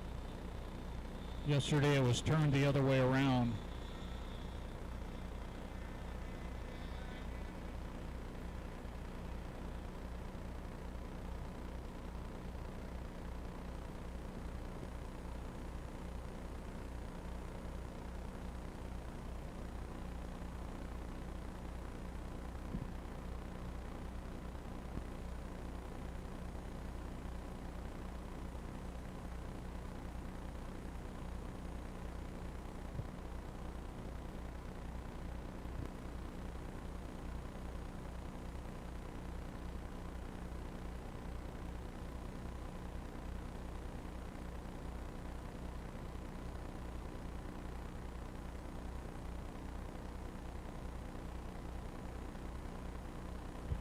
One lap to go.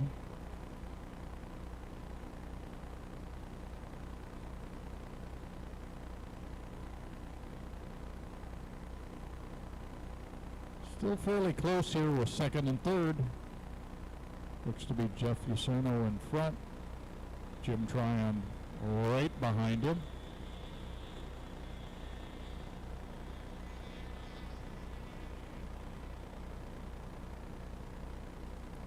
I wish my body would allow me to do those things. I'm afraid if I got in a kneeler right now, they'd probably have to call a crane to get me back up.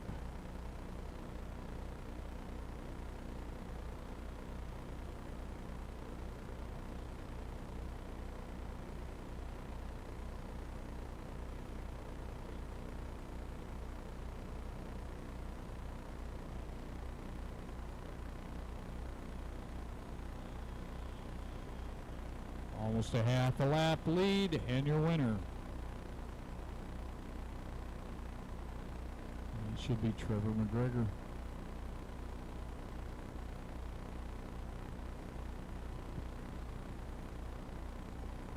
Well, Jim Tryon slows that gap a little bit. Up, you go inside, outside. I'm trying to figure out what he did there.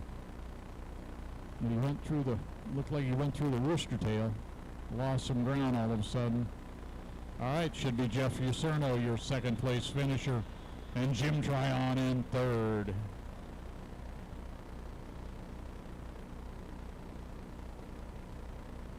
All right. Turn to my left, second turn. Up Lake. Kayla Huff, fourth place.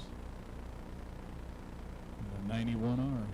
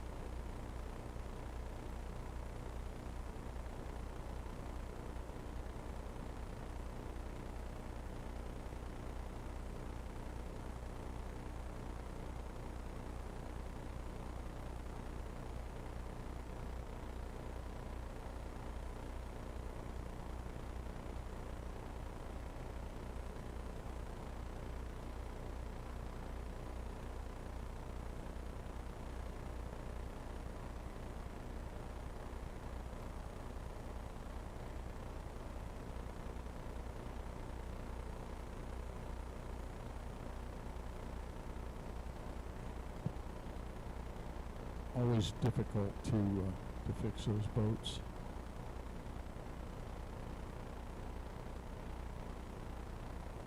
And a lot of times Band-Aid fixes don't hold, as we've seen over the years. But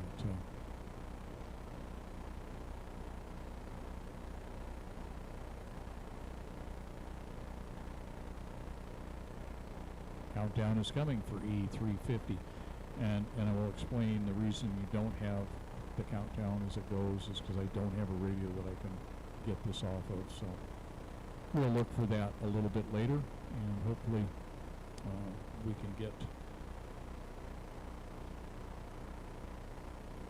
that taken care of.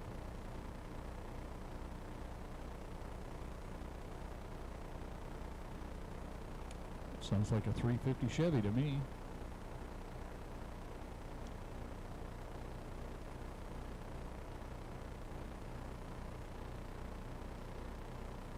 And that's the nice thing when we have Rochelle here. We have a different power plant. We have these boats out here right now all have the 350 Chevy engine in it, which was the original engine that they came up with.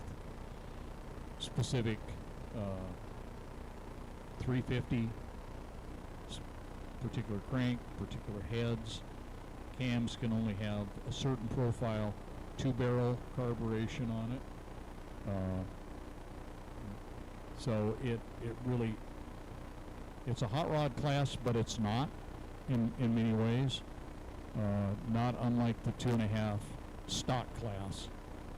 And there is Findlay Eccles going up the back chute in the Marine Dream, the 74. Rob Hall, the owner, out of Idaho. Mr. Kip Brown in the 3. JJW Racing. The 62, Mike Jarvis. John and Sherry Bosserman, the owners.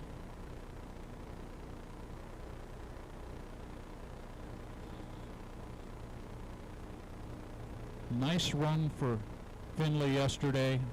I know Rob Hall and my good buddy Bruce Brown have been up here this morning for a while near the tower and where we're announcing from, and they're both smiling, pretty relaxed. And I know Rob's got to be happy with the way the boats were performing. The boat was a rocket ship as a 2.5 mod in the day. Rob built a 350 but did not have good luck when it ran. Had some issues with the way the boat ran. They blew up the motor. When they came out a few weeks ago, a month ago at Entiat, because the boat is 26 years old, it can run vintage as well. They had more engine issues, so boat went one way, engine went the other, and they put it all back together, I think, this last Thursday night over here. The engine's running well, and at this point, Findlay made a great start yesterday, ran side by side with Kip Brown into turn 1 before Kip was able to, have the turn speed and got away from her. But as a rookie in this, stepping out of outboards to step in this, she did a great job. Rob was very impressed, as was Dustin, her dad, and everybody is well aware of who Dustin Eccles is. And if you were watching boat racing from Madison last weekend, you heard him on with Brad Lewis doing the commentating on the Unlimiteds and some of the vintage stuff. Or not vintage, excuse me, inboard. We could only hope for vintage back there. They did run vintage back there a few years ago, and they actually had a fatality, which was not a necessary thing. All right, here they come. All three side by side.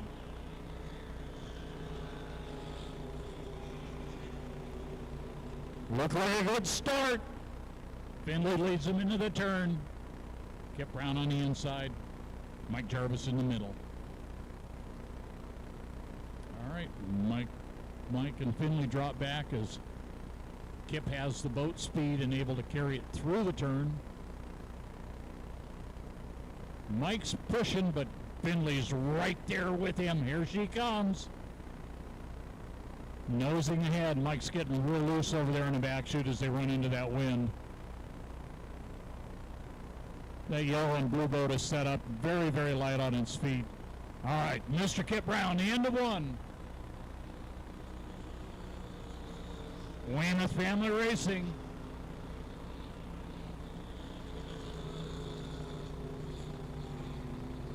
Finley Eccles coming across in second. Mike Jarvis third. And I see a little bit of smoke out here, which means somebody's got probably a bit of an issue. I have to pay attention and see where that's coming from. It's not what you want to see, that's for sure. Mike turns a little quicker. Finley picks him on the straightaway.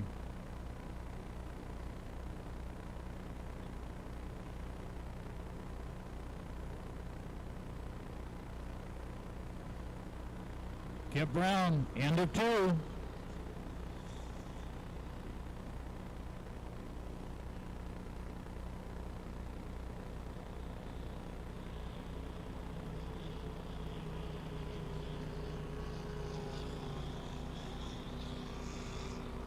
All right, it is Mike Jarvis. It's got the oil coming. You can see it coming out of the right pipe on that right side of the engine.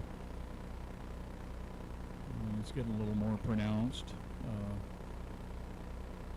Hopefully it's not what you want to see. It might just be a leak, but you don't know, so.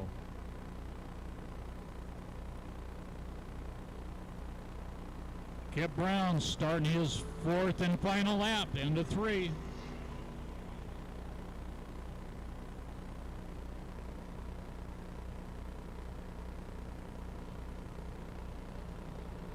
Mike Jarvis.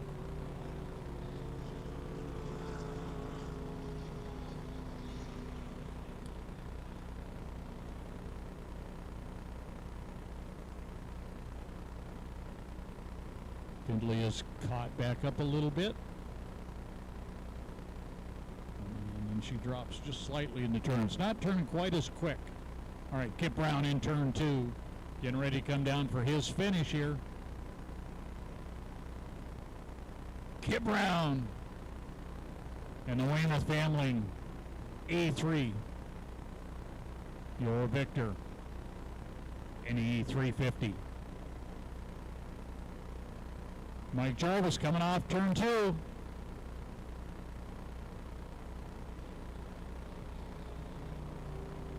Mike Jarvis second. Finley Eccles third. Nice run for that young lady. Return to home.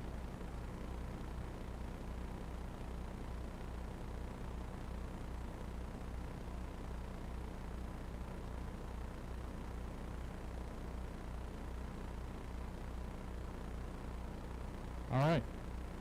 Finley will go around turn one, make the turn, and head back to the pits.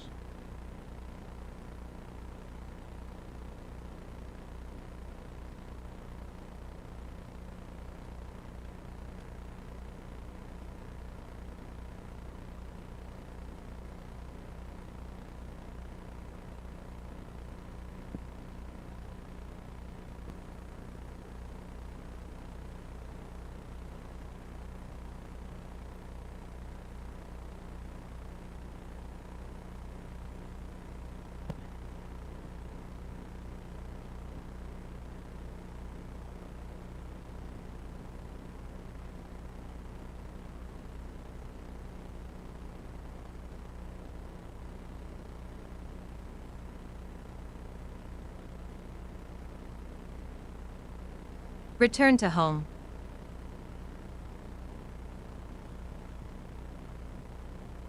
Landing.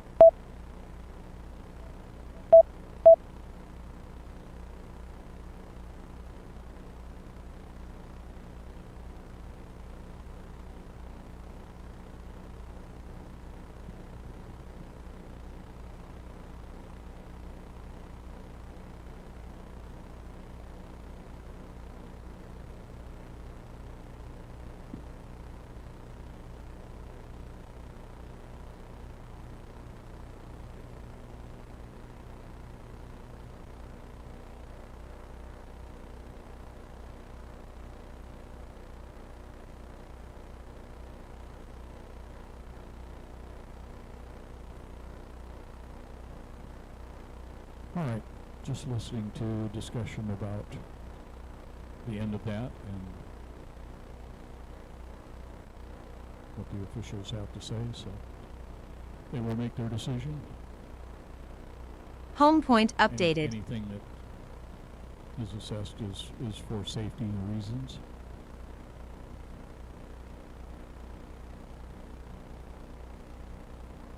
Got a pretty lumpy looking course right now.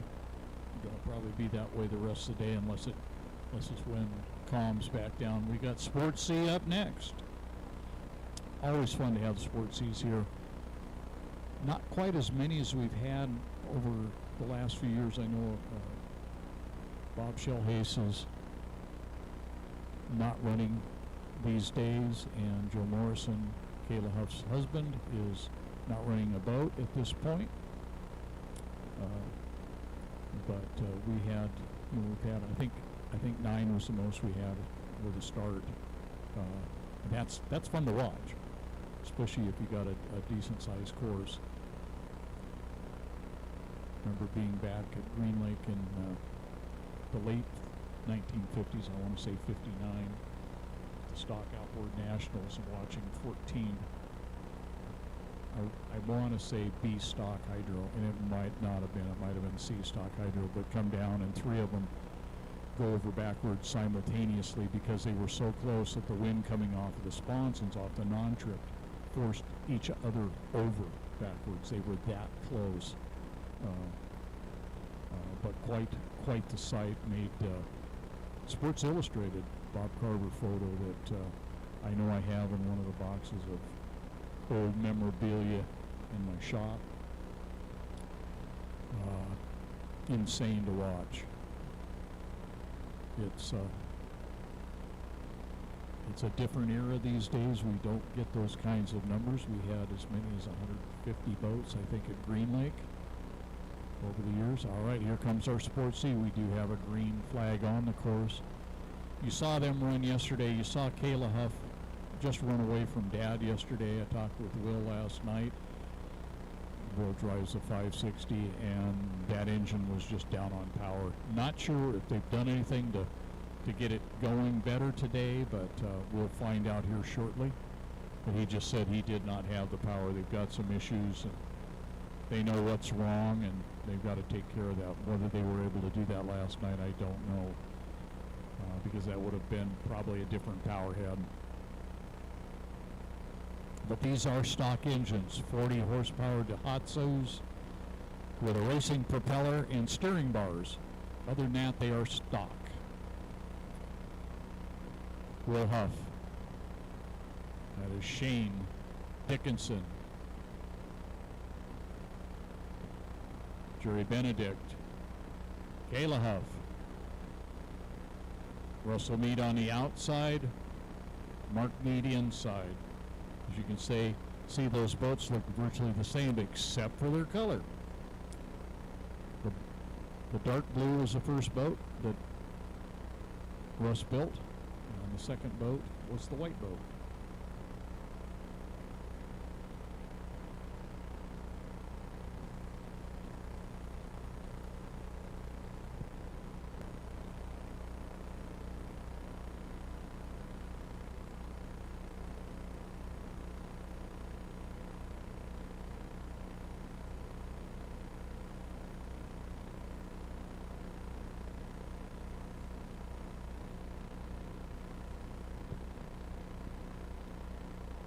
Kayla Huff. Will Huff. Here comes Russell Mead. Looks like Shane Dickinson. Now Mark Mead and Gerald Benedict as the caboose.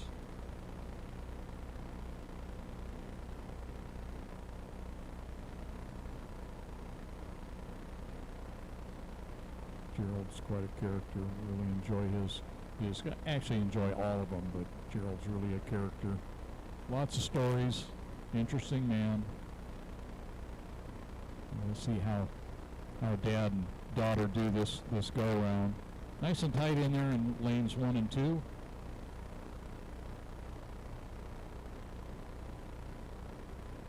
All right, here they come.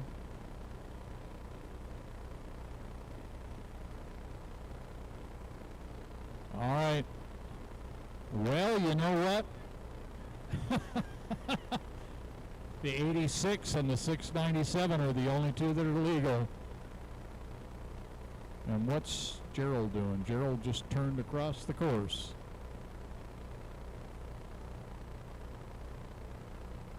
Okay. Not sure what happened there.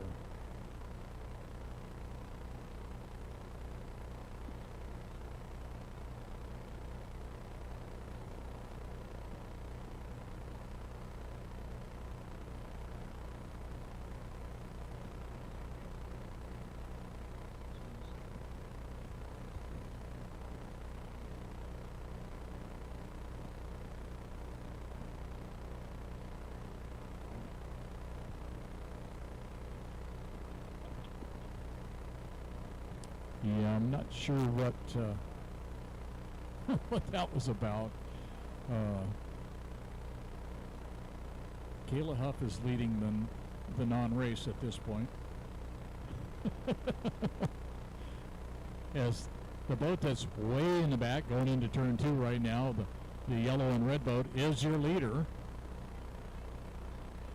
Takeoff. Home point updated.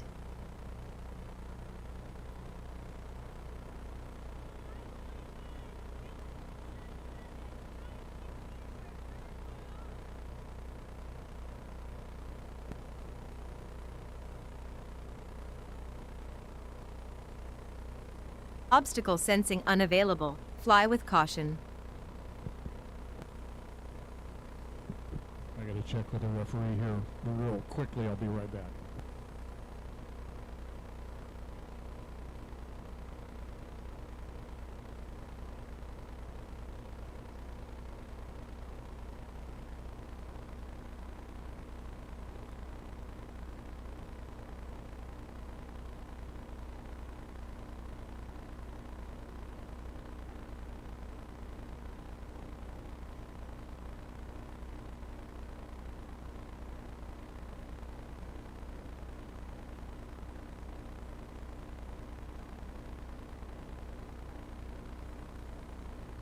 Well, that was close.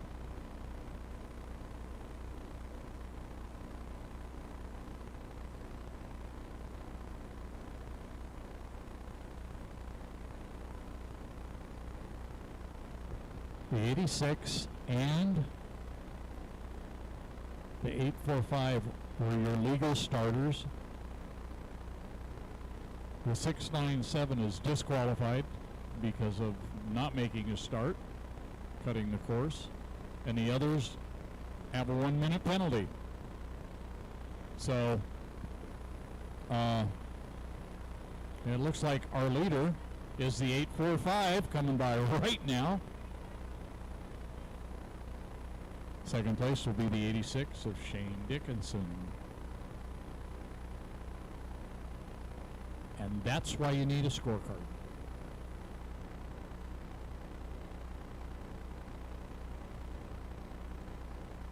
I'm not quite sure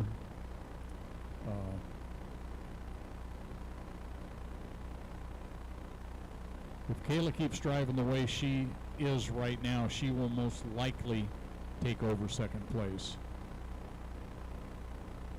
And Shane can pick it up a little bit. He will have second place. So there's less than a minute, it looks like, difference at this point.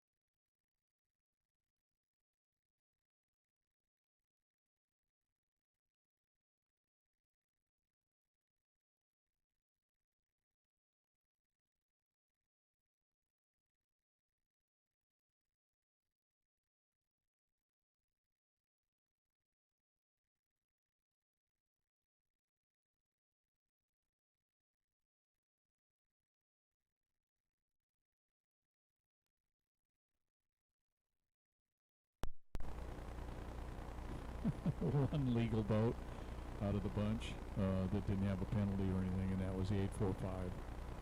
So, yeah, we'll throw that one out, and hopefully they'll do better next time around.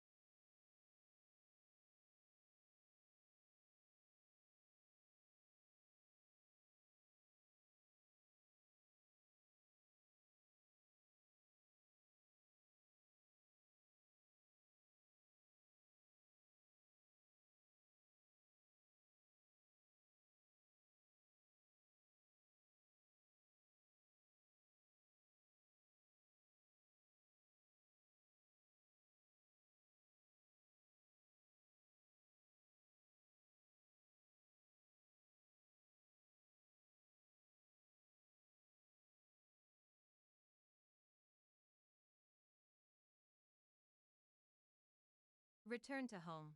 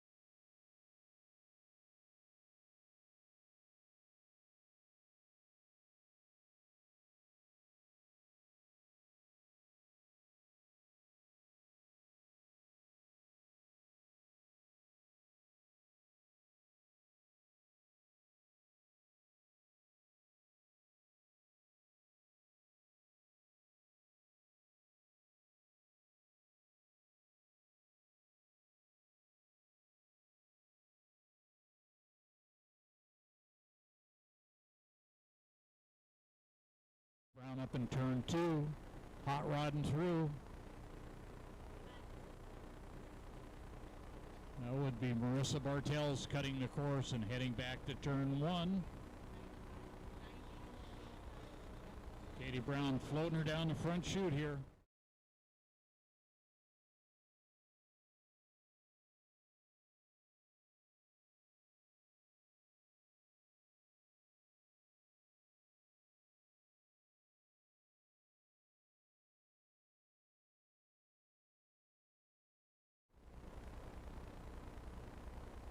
Well, and it looks like the wing is back on. Preston Wright's out there going down into turn 1. Hopefully everything's bolted back together and ready to rock and roll. Because these folks are playing for keeps. No question about that.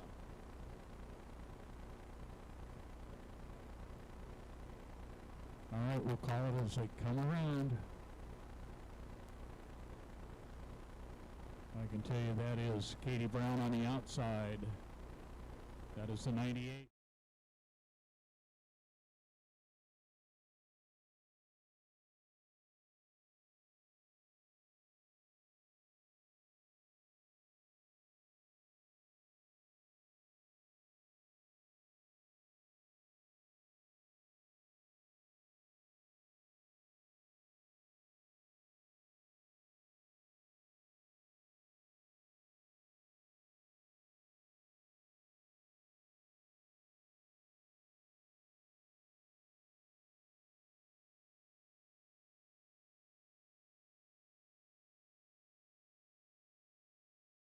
Had those two sheets right together, close like that. Looked at one and should have been looking at the other.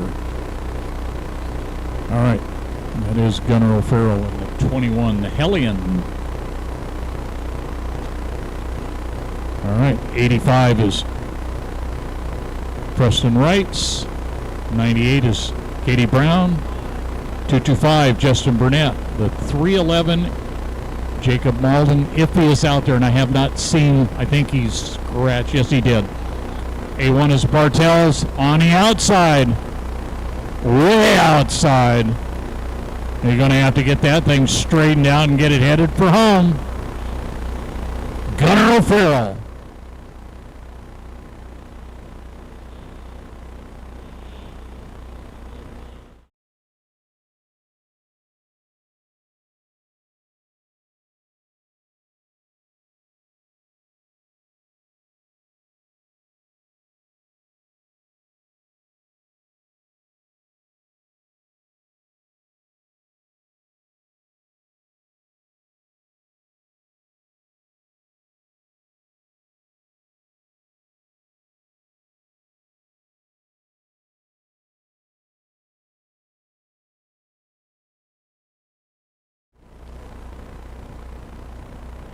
And I just got it. Boy, Gunnar is just running him down right now.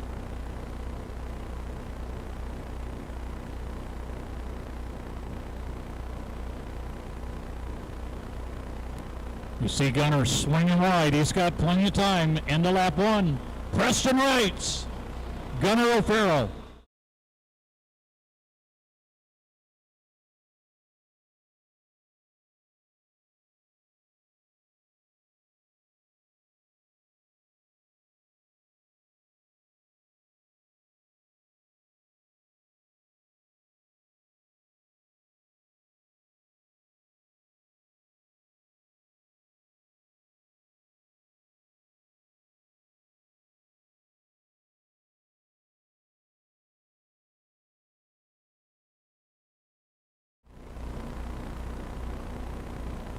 Around the outside, Gunnar O'Farrell. They're pushing one another real hard. Here comes Gunnar. Got a little more boat speed.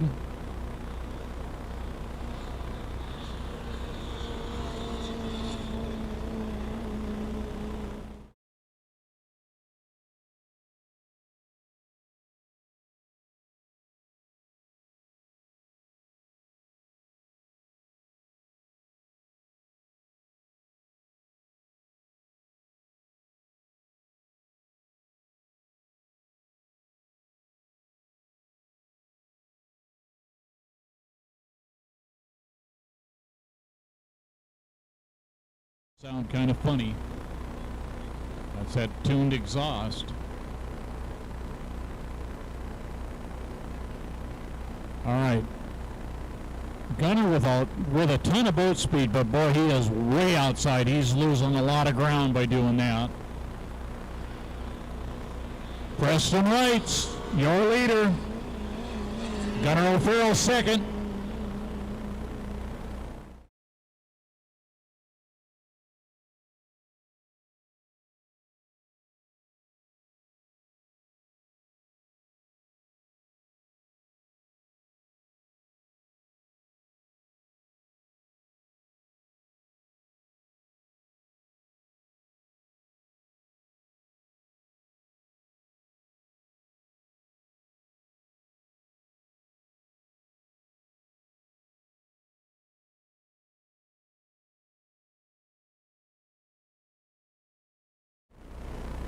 All right, Gunnar tightened it up that time, got a little bit of a lead coming off.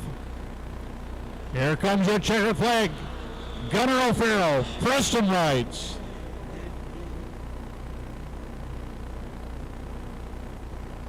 That's boat racing. That's the way we want to see it. Katie's had a pretty easy go in third place there. Not where she wants to be, but I think they'll be happy with that. Everything's in one piece and they're ready to go again.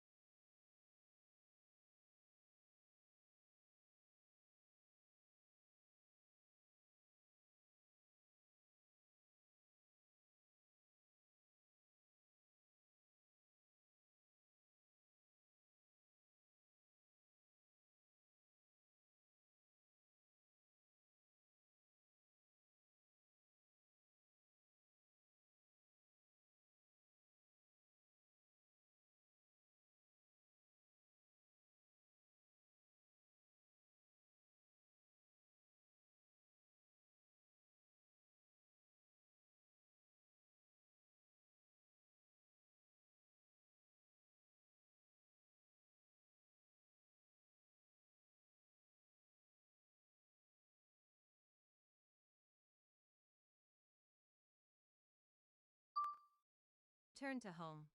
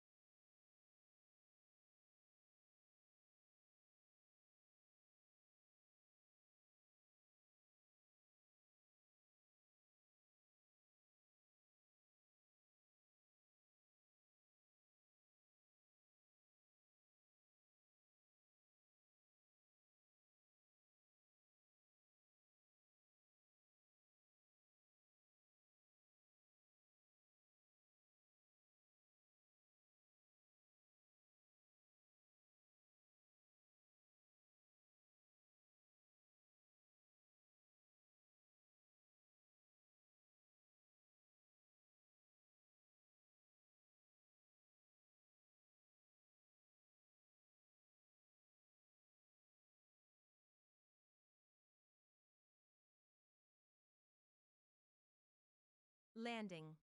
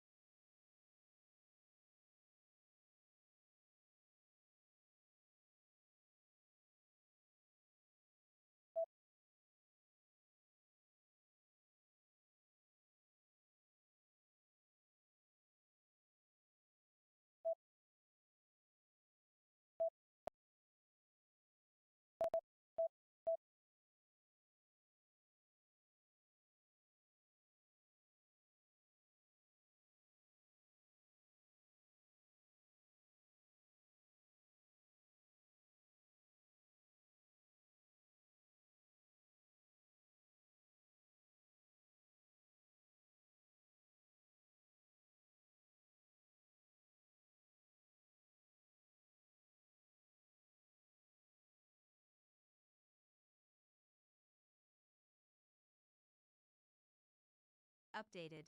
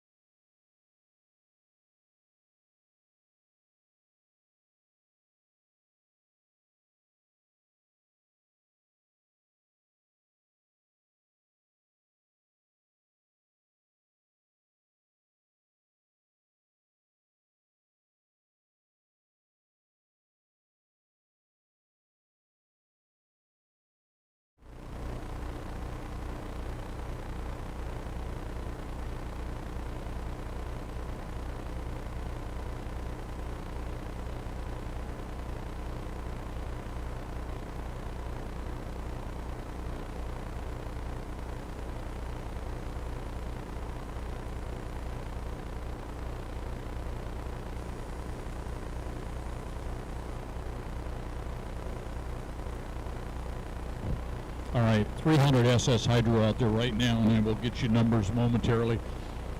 Huge thanks to Bruce Brown for bringing up lunches for everybody. And I just had to go talk to him because we had our flaggers are out there in the end of the dock, and they didn't have any lunches. And I want to make sure that the Dodges are taken care of because they're doing a heck of a lot of work. Russ sets the course. Carol and Russ are doing the flags, and son Chaz is up on the tower refereeing this thing along with Jim Codling, who's up behind me watching video from our drones. Make sure that our turns are clean, no infractions there. And to Kelsey Egan for her scoring today, and the ladies that are alongside of me down here as they are writing all of this stuff down in the books, get it so Kelsey can compile everything in the next short order, because it has to be done quickly. All right, you got this was the thing that I loved about watching outboards, and you see them swapping lanes and moving around. We got a whole fleet of them in there. They're jumping from here to there. Nobody's causing any real issues. All right.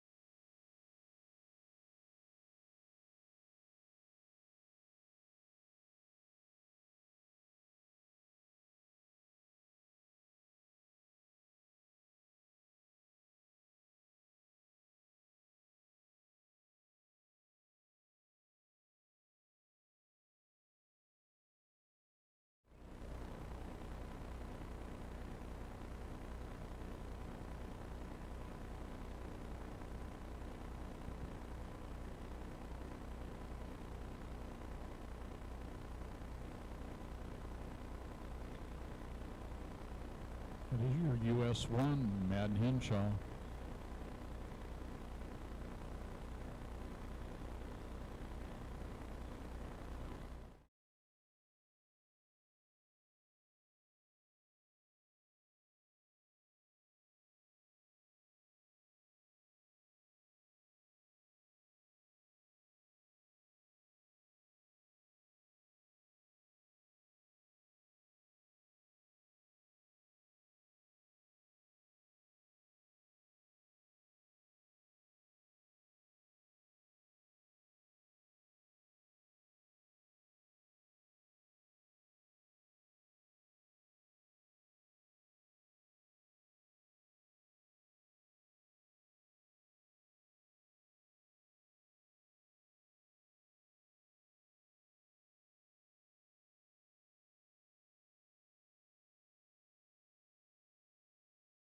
After this, we will run our C mod hydro and then 1 liter.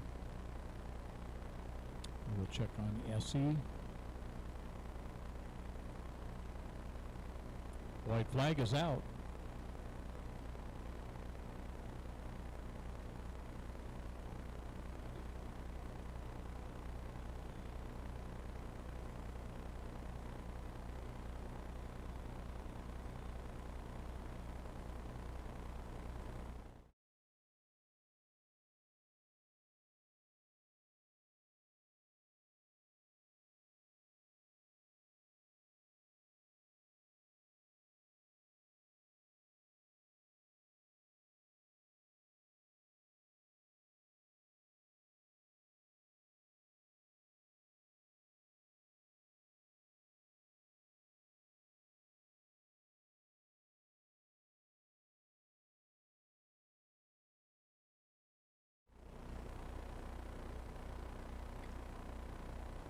And I say that with a 24-foot Grand Prix sitting in my shop right now. I have room for one smaller boat behind it, but that's it.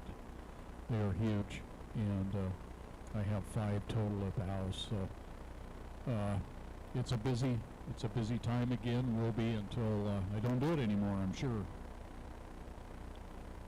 Coming around.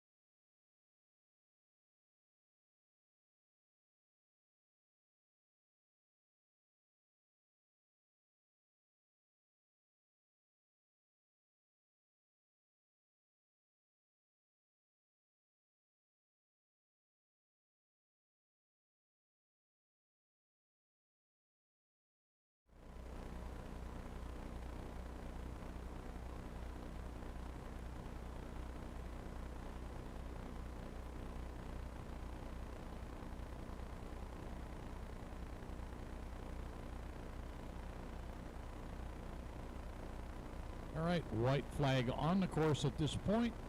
Down to 1 minute. Kayla Huff cutting the course and heading to the back stretch to match up and get in the group with the rest of the boats. We'll have 4 starters in this.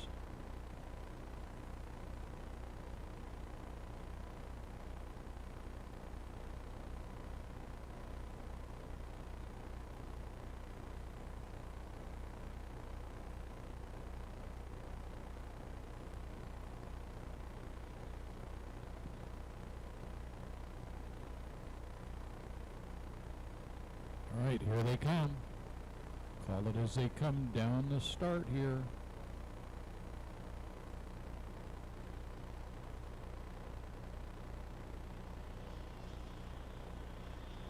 All right, looks to be a good start.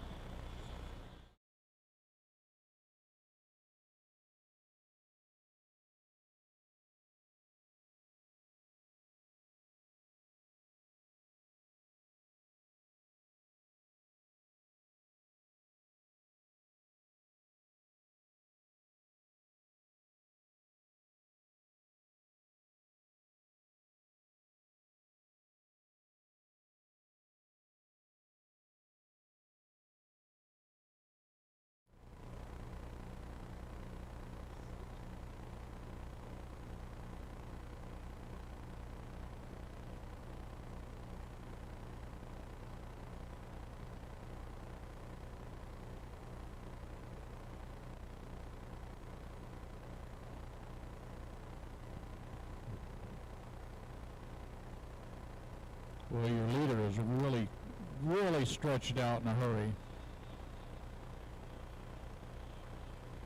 I'm not sure if he's on a record pace or not, but that is a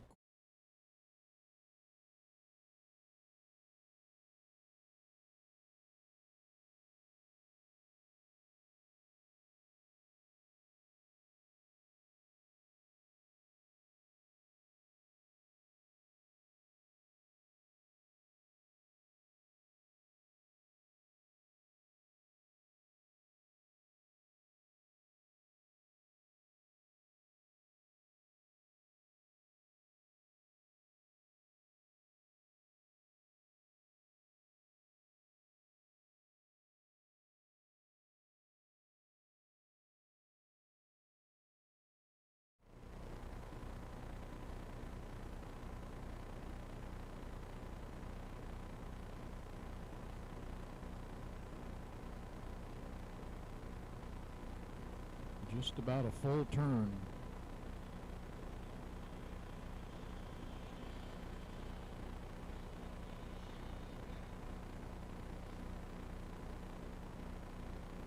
Hard to believe it's that quiet and that fast.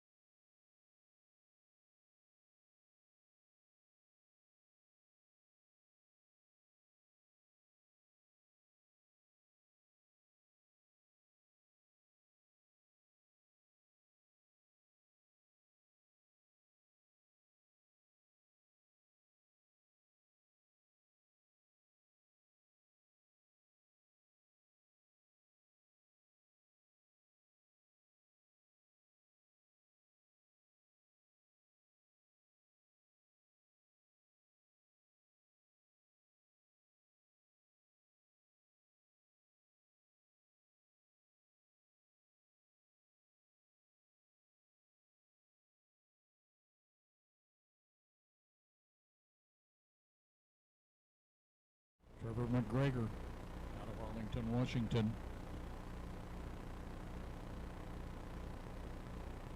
Jim Tryon coming down here in second, excuse me. And Jeff Userno, third place. Nice boat ride right there.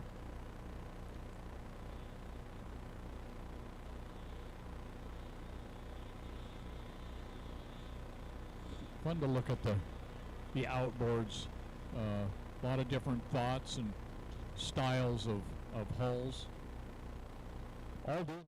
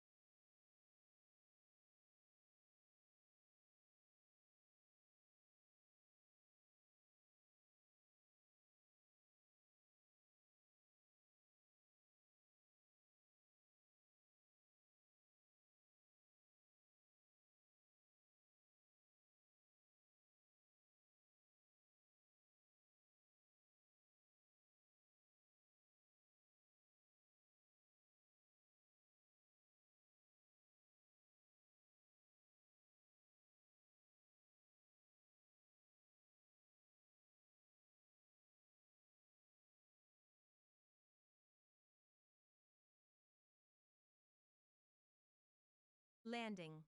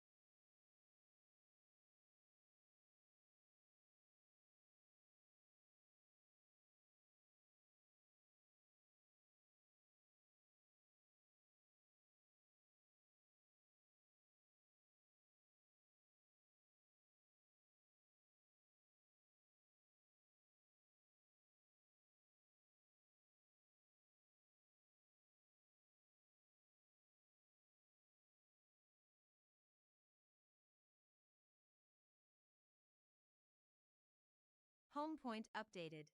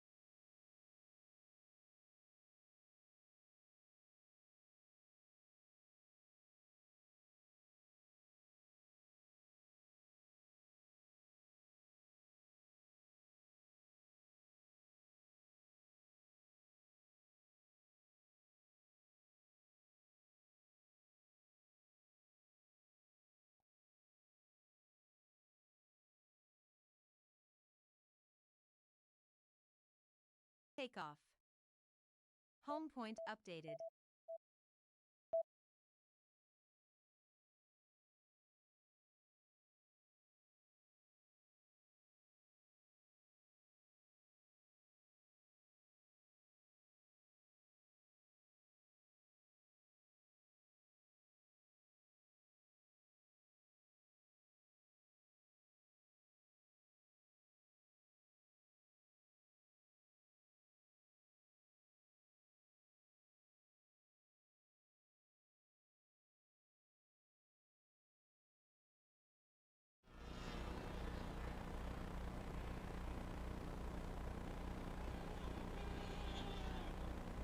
All right, Corey Peabody going.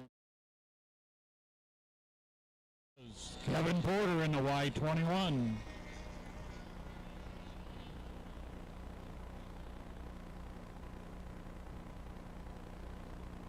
Mike Jarvis in the 24.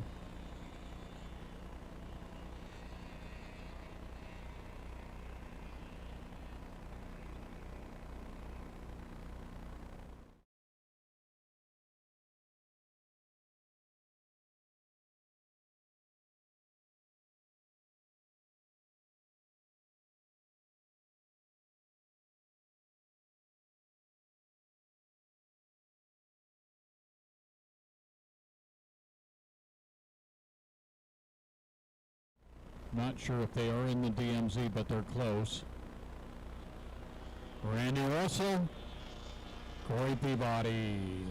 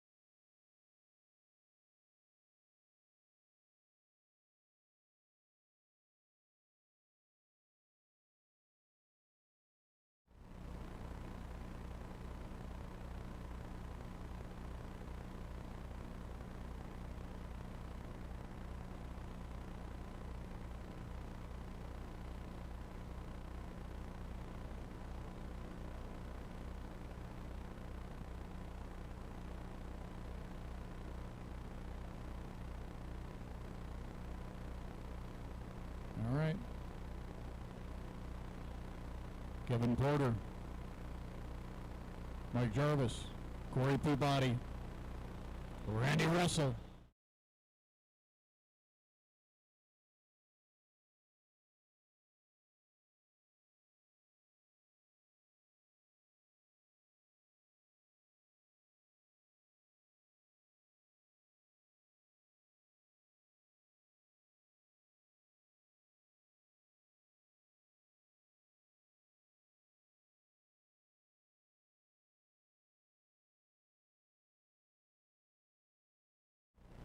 Well, it'll be fun to see Corey and Jay Michael when everybody gets back and running. No Shenanigans is not here this weekend. Hopefully we'll get to see them in Pateros in a month.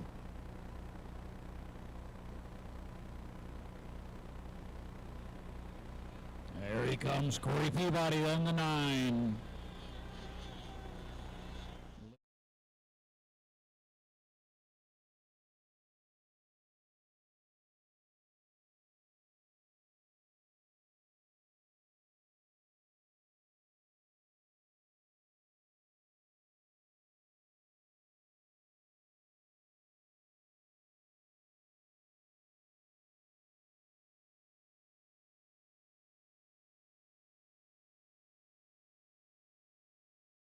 Anything else?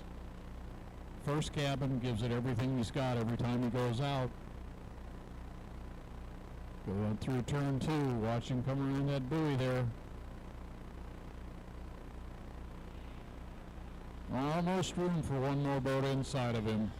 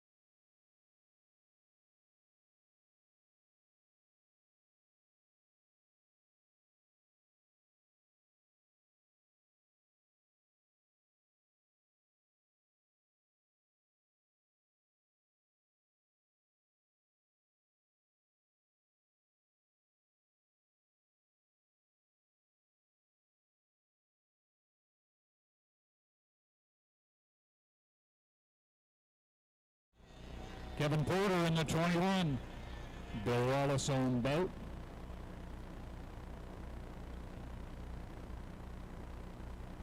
Here comes Mike Jarvis driving for David Lemon in the 24. Sweet Lemon Racing.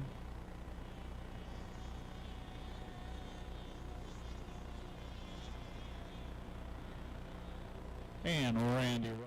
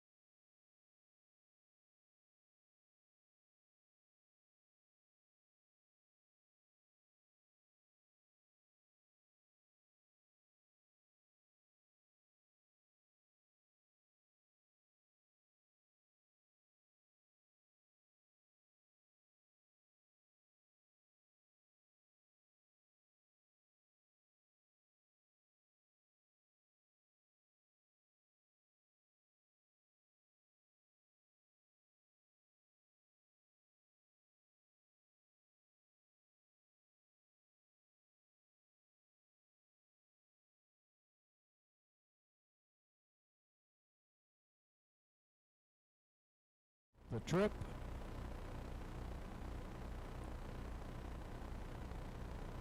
These two boats coming down right now have been two of the fastest in the country. Both former high points, world record holders.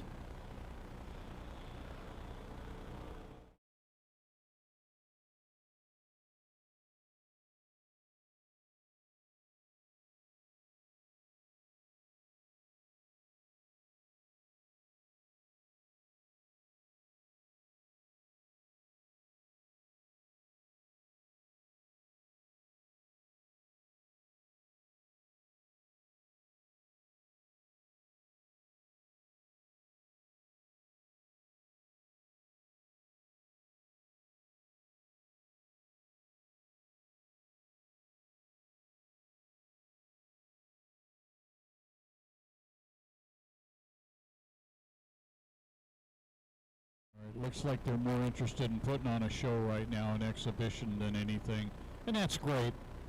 Not running for national points with three boats. More bragging rights than anything, and it's nice for them to back down a little bit, wait on Zach, and it's more like the vintage at that point, more of an exhibition than an actual all-out race. Although if they get down to turn two, coming on that final lap, you may see a bit of a Donnybrook as they go ahead.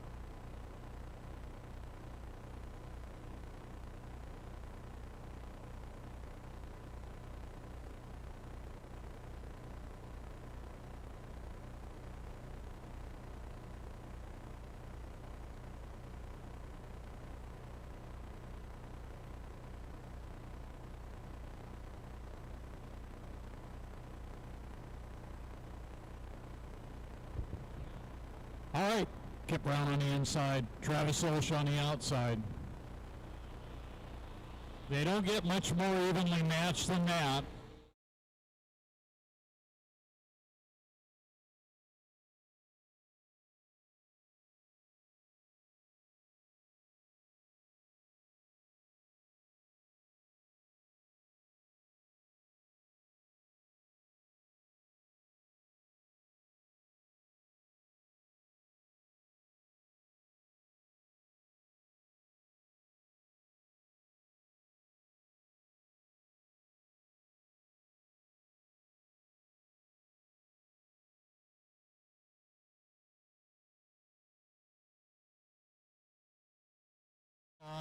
Did it in his honor.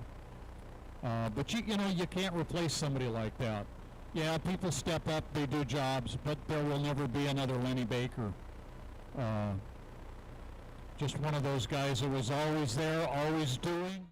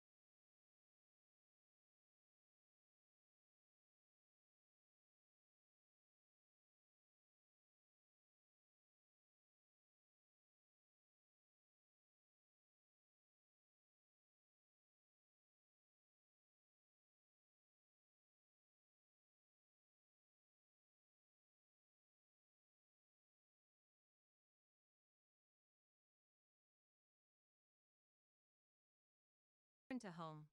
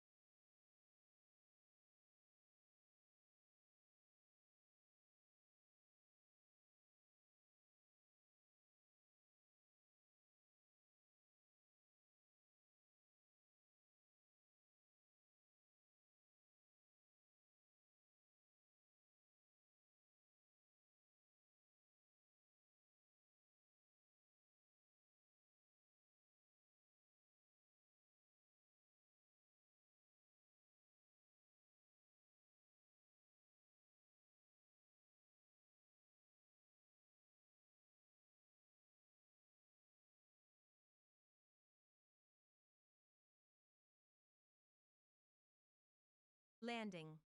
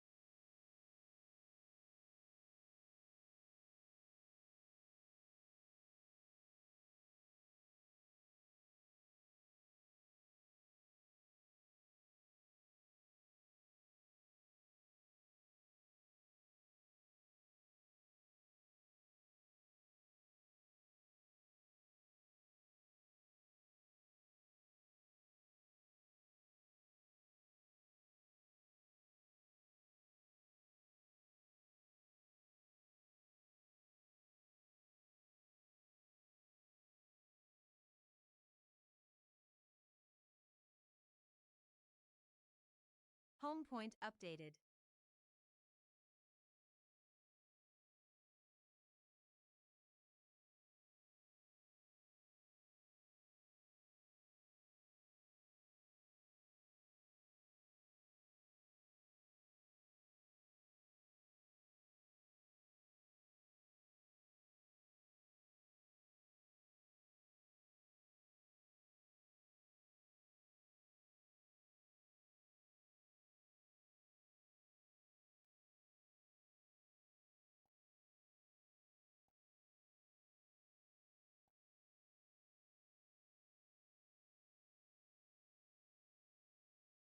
Takeoff.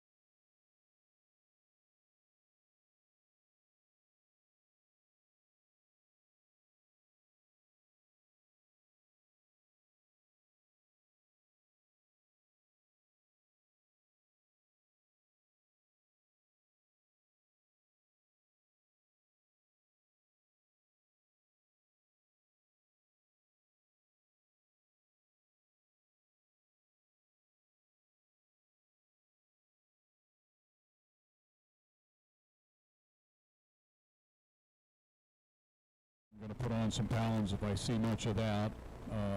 It was wonderful. So thank you. Thank you to Bruce Brown and everybody that made sure we got the lunches down here. And everybody did get their lunches down here, so that's great. One of the things we try and do is take care of our volunteers. And one of the ways we do that is by providing lunches for them. So hey, if you're looking for a lunch, come on and join the club. Be a volunteer. They're good lunches, without question. Yesterday was a wonderful pita bread type sandwich, chicken salad type. Oh, it was, yeah, lots of good food. So it's one of the things that we are blessed with. And I know for myself, especially when you're staying away from home, you know, if you're at home, it's not such a big deal to bring food with you, but a lot of places where we're at, you don't necessarily have services right there. And to try and find something early in the morning for later in the day, or think about it the day before or the evening before is not always real convenient. And for some of us, we forget. So it's great to have that, and it's a luxury, I think. And again, thank you. Thank you to everybody that's volunteered this weekend as we watch our war canoes out here.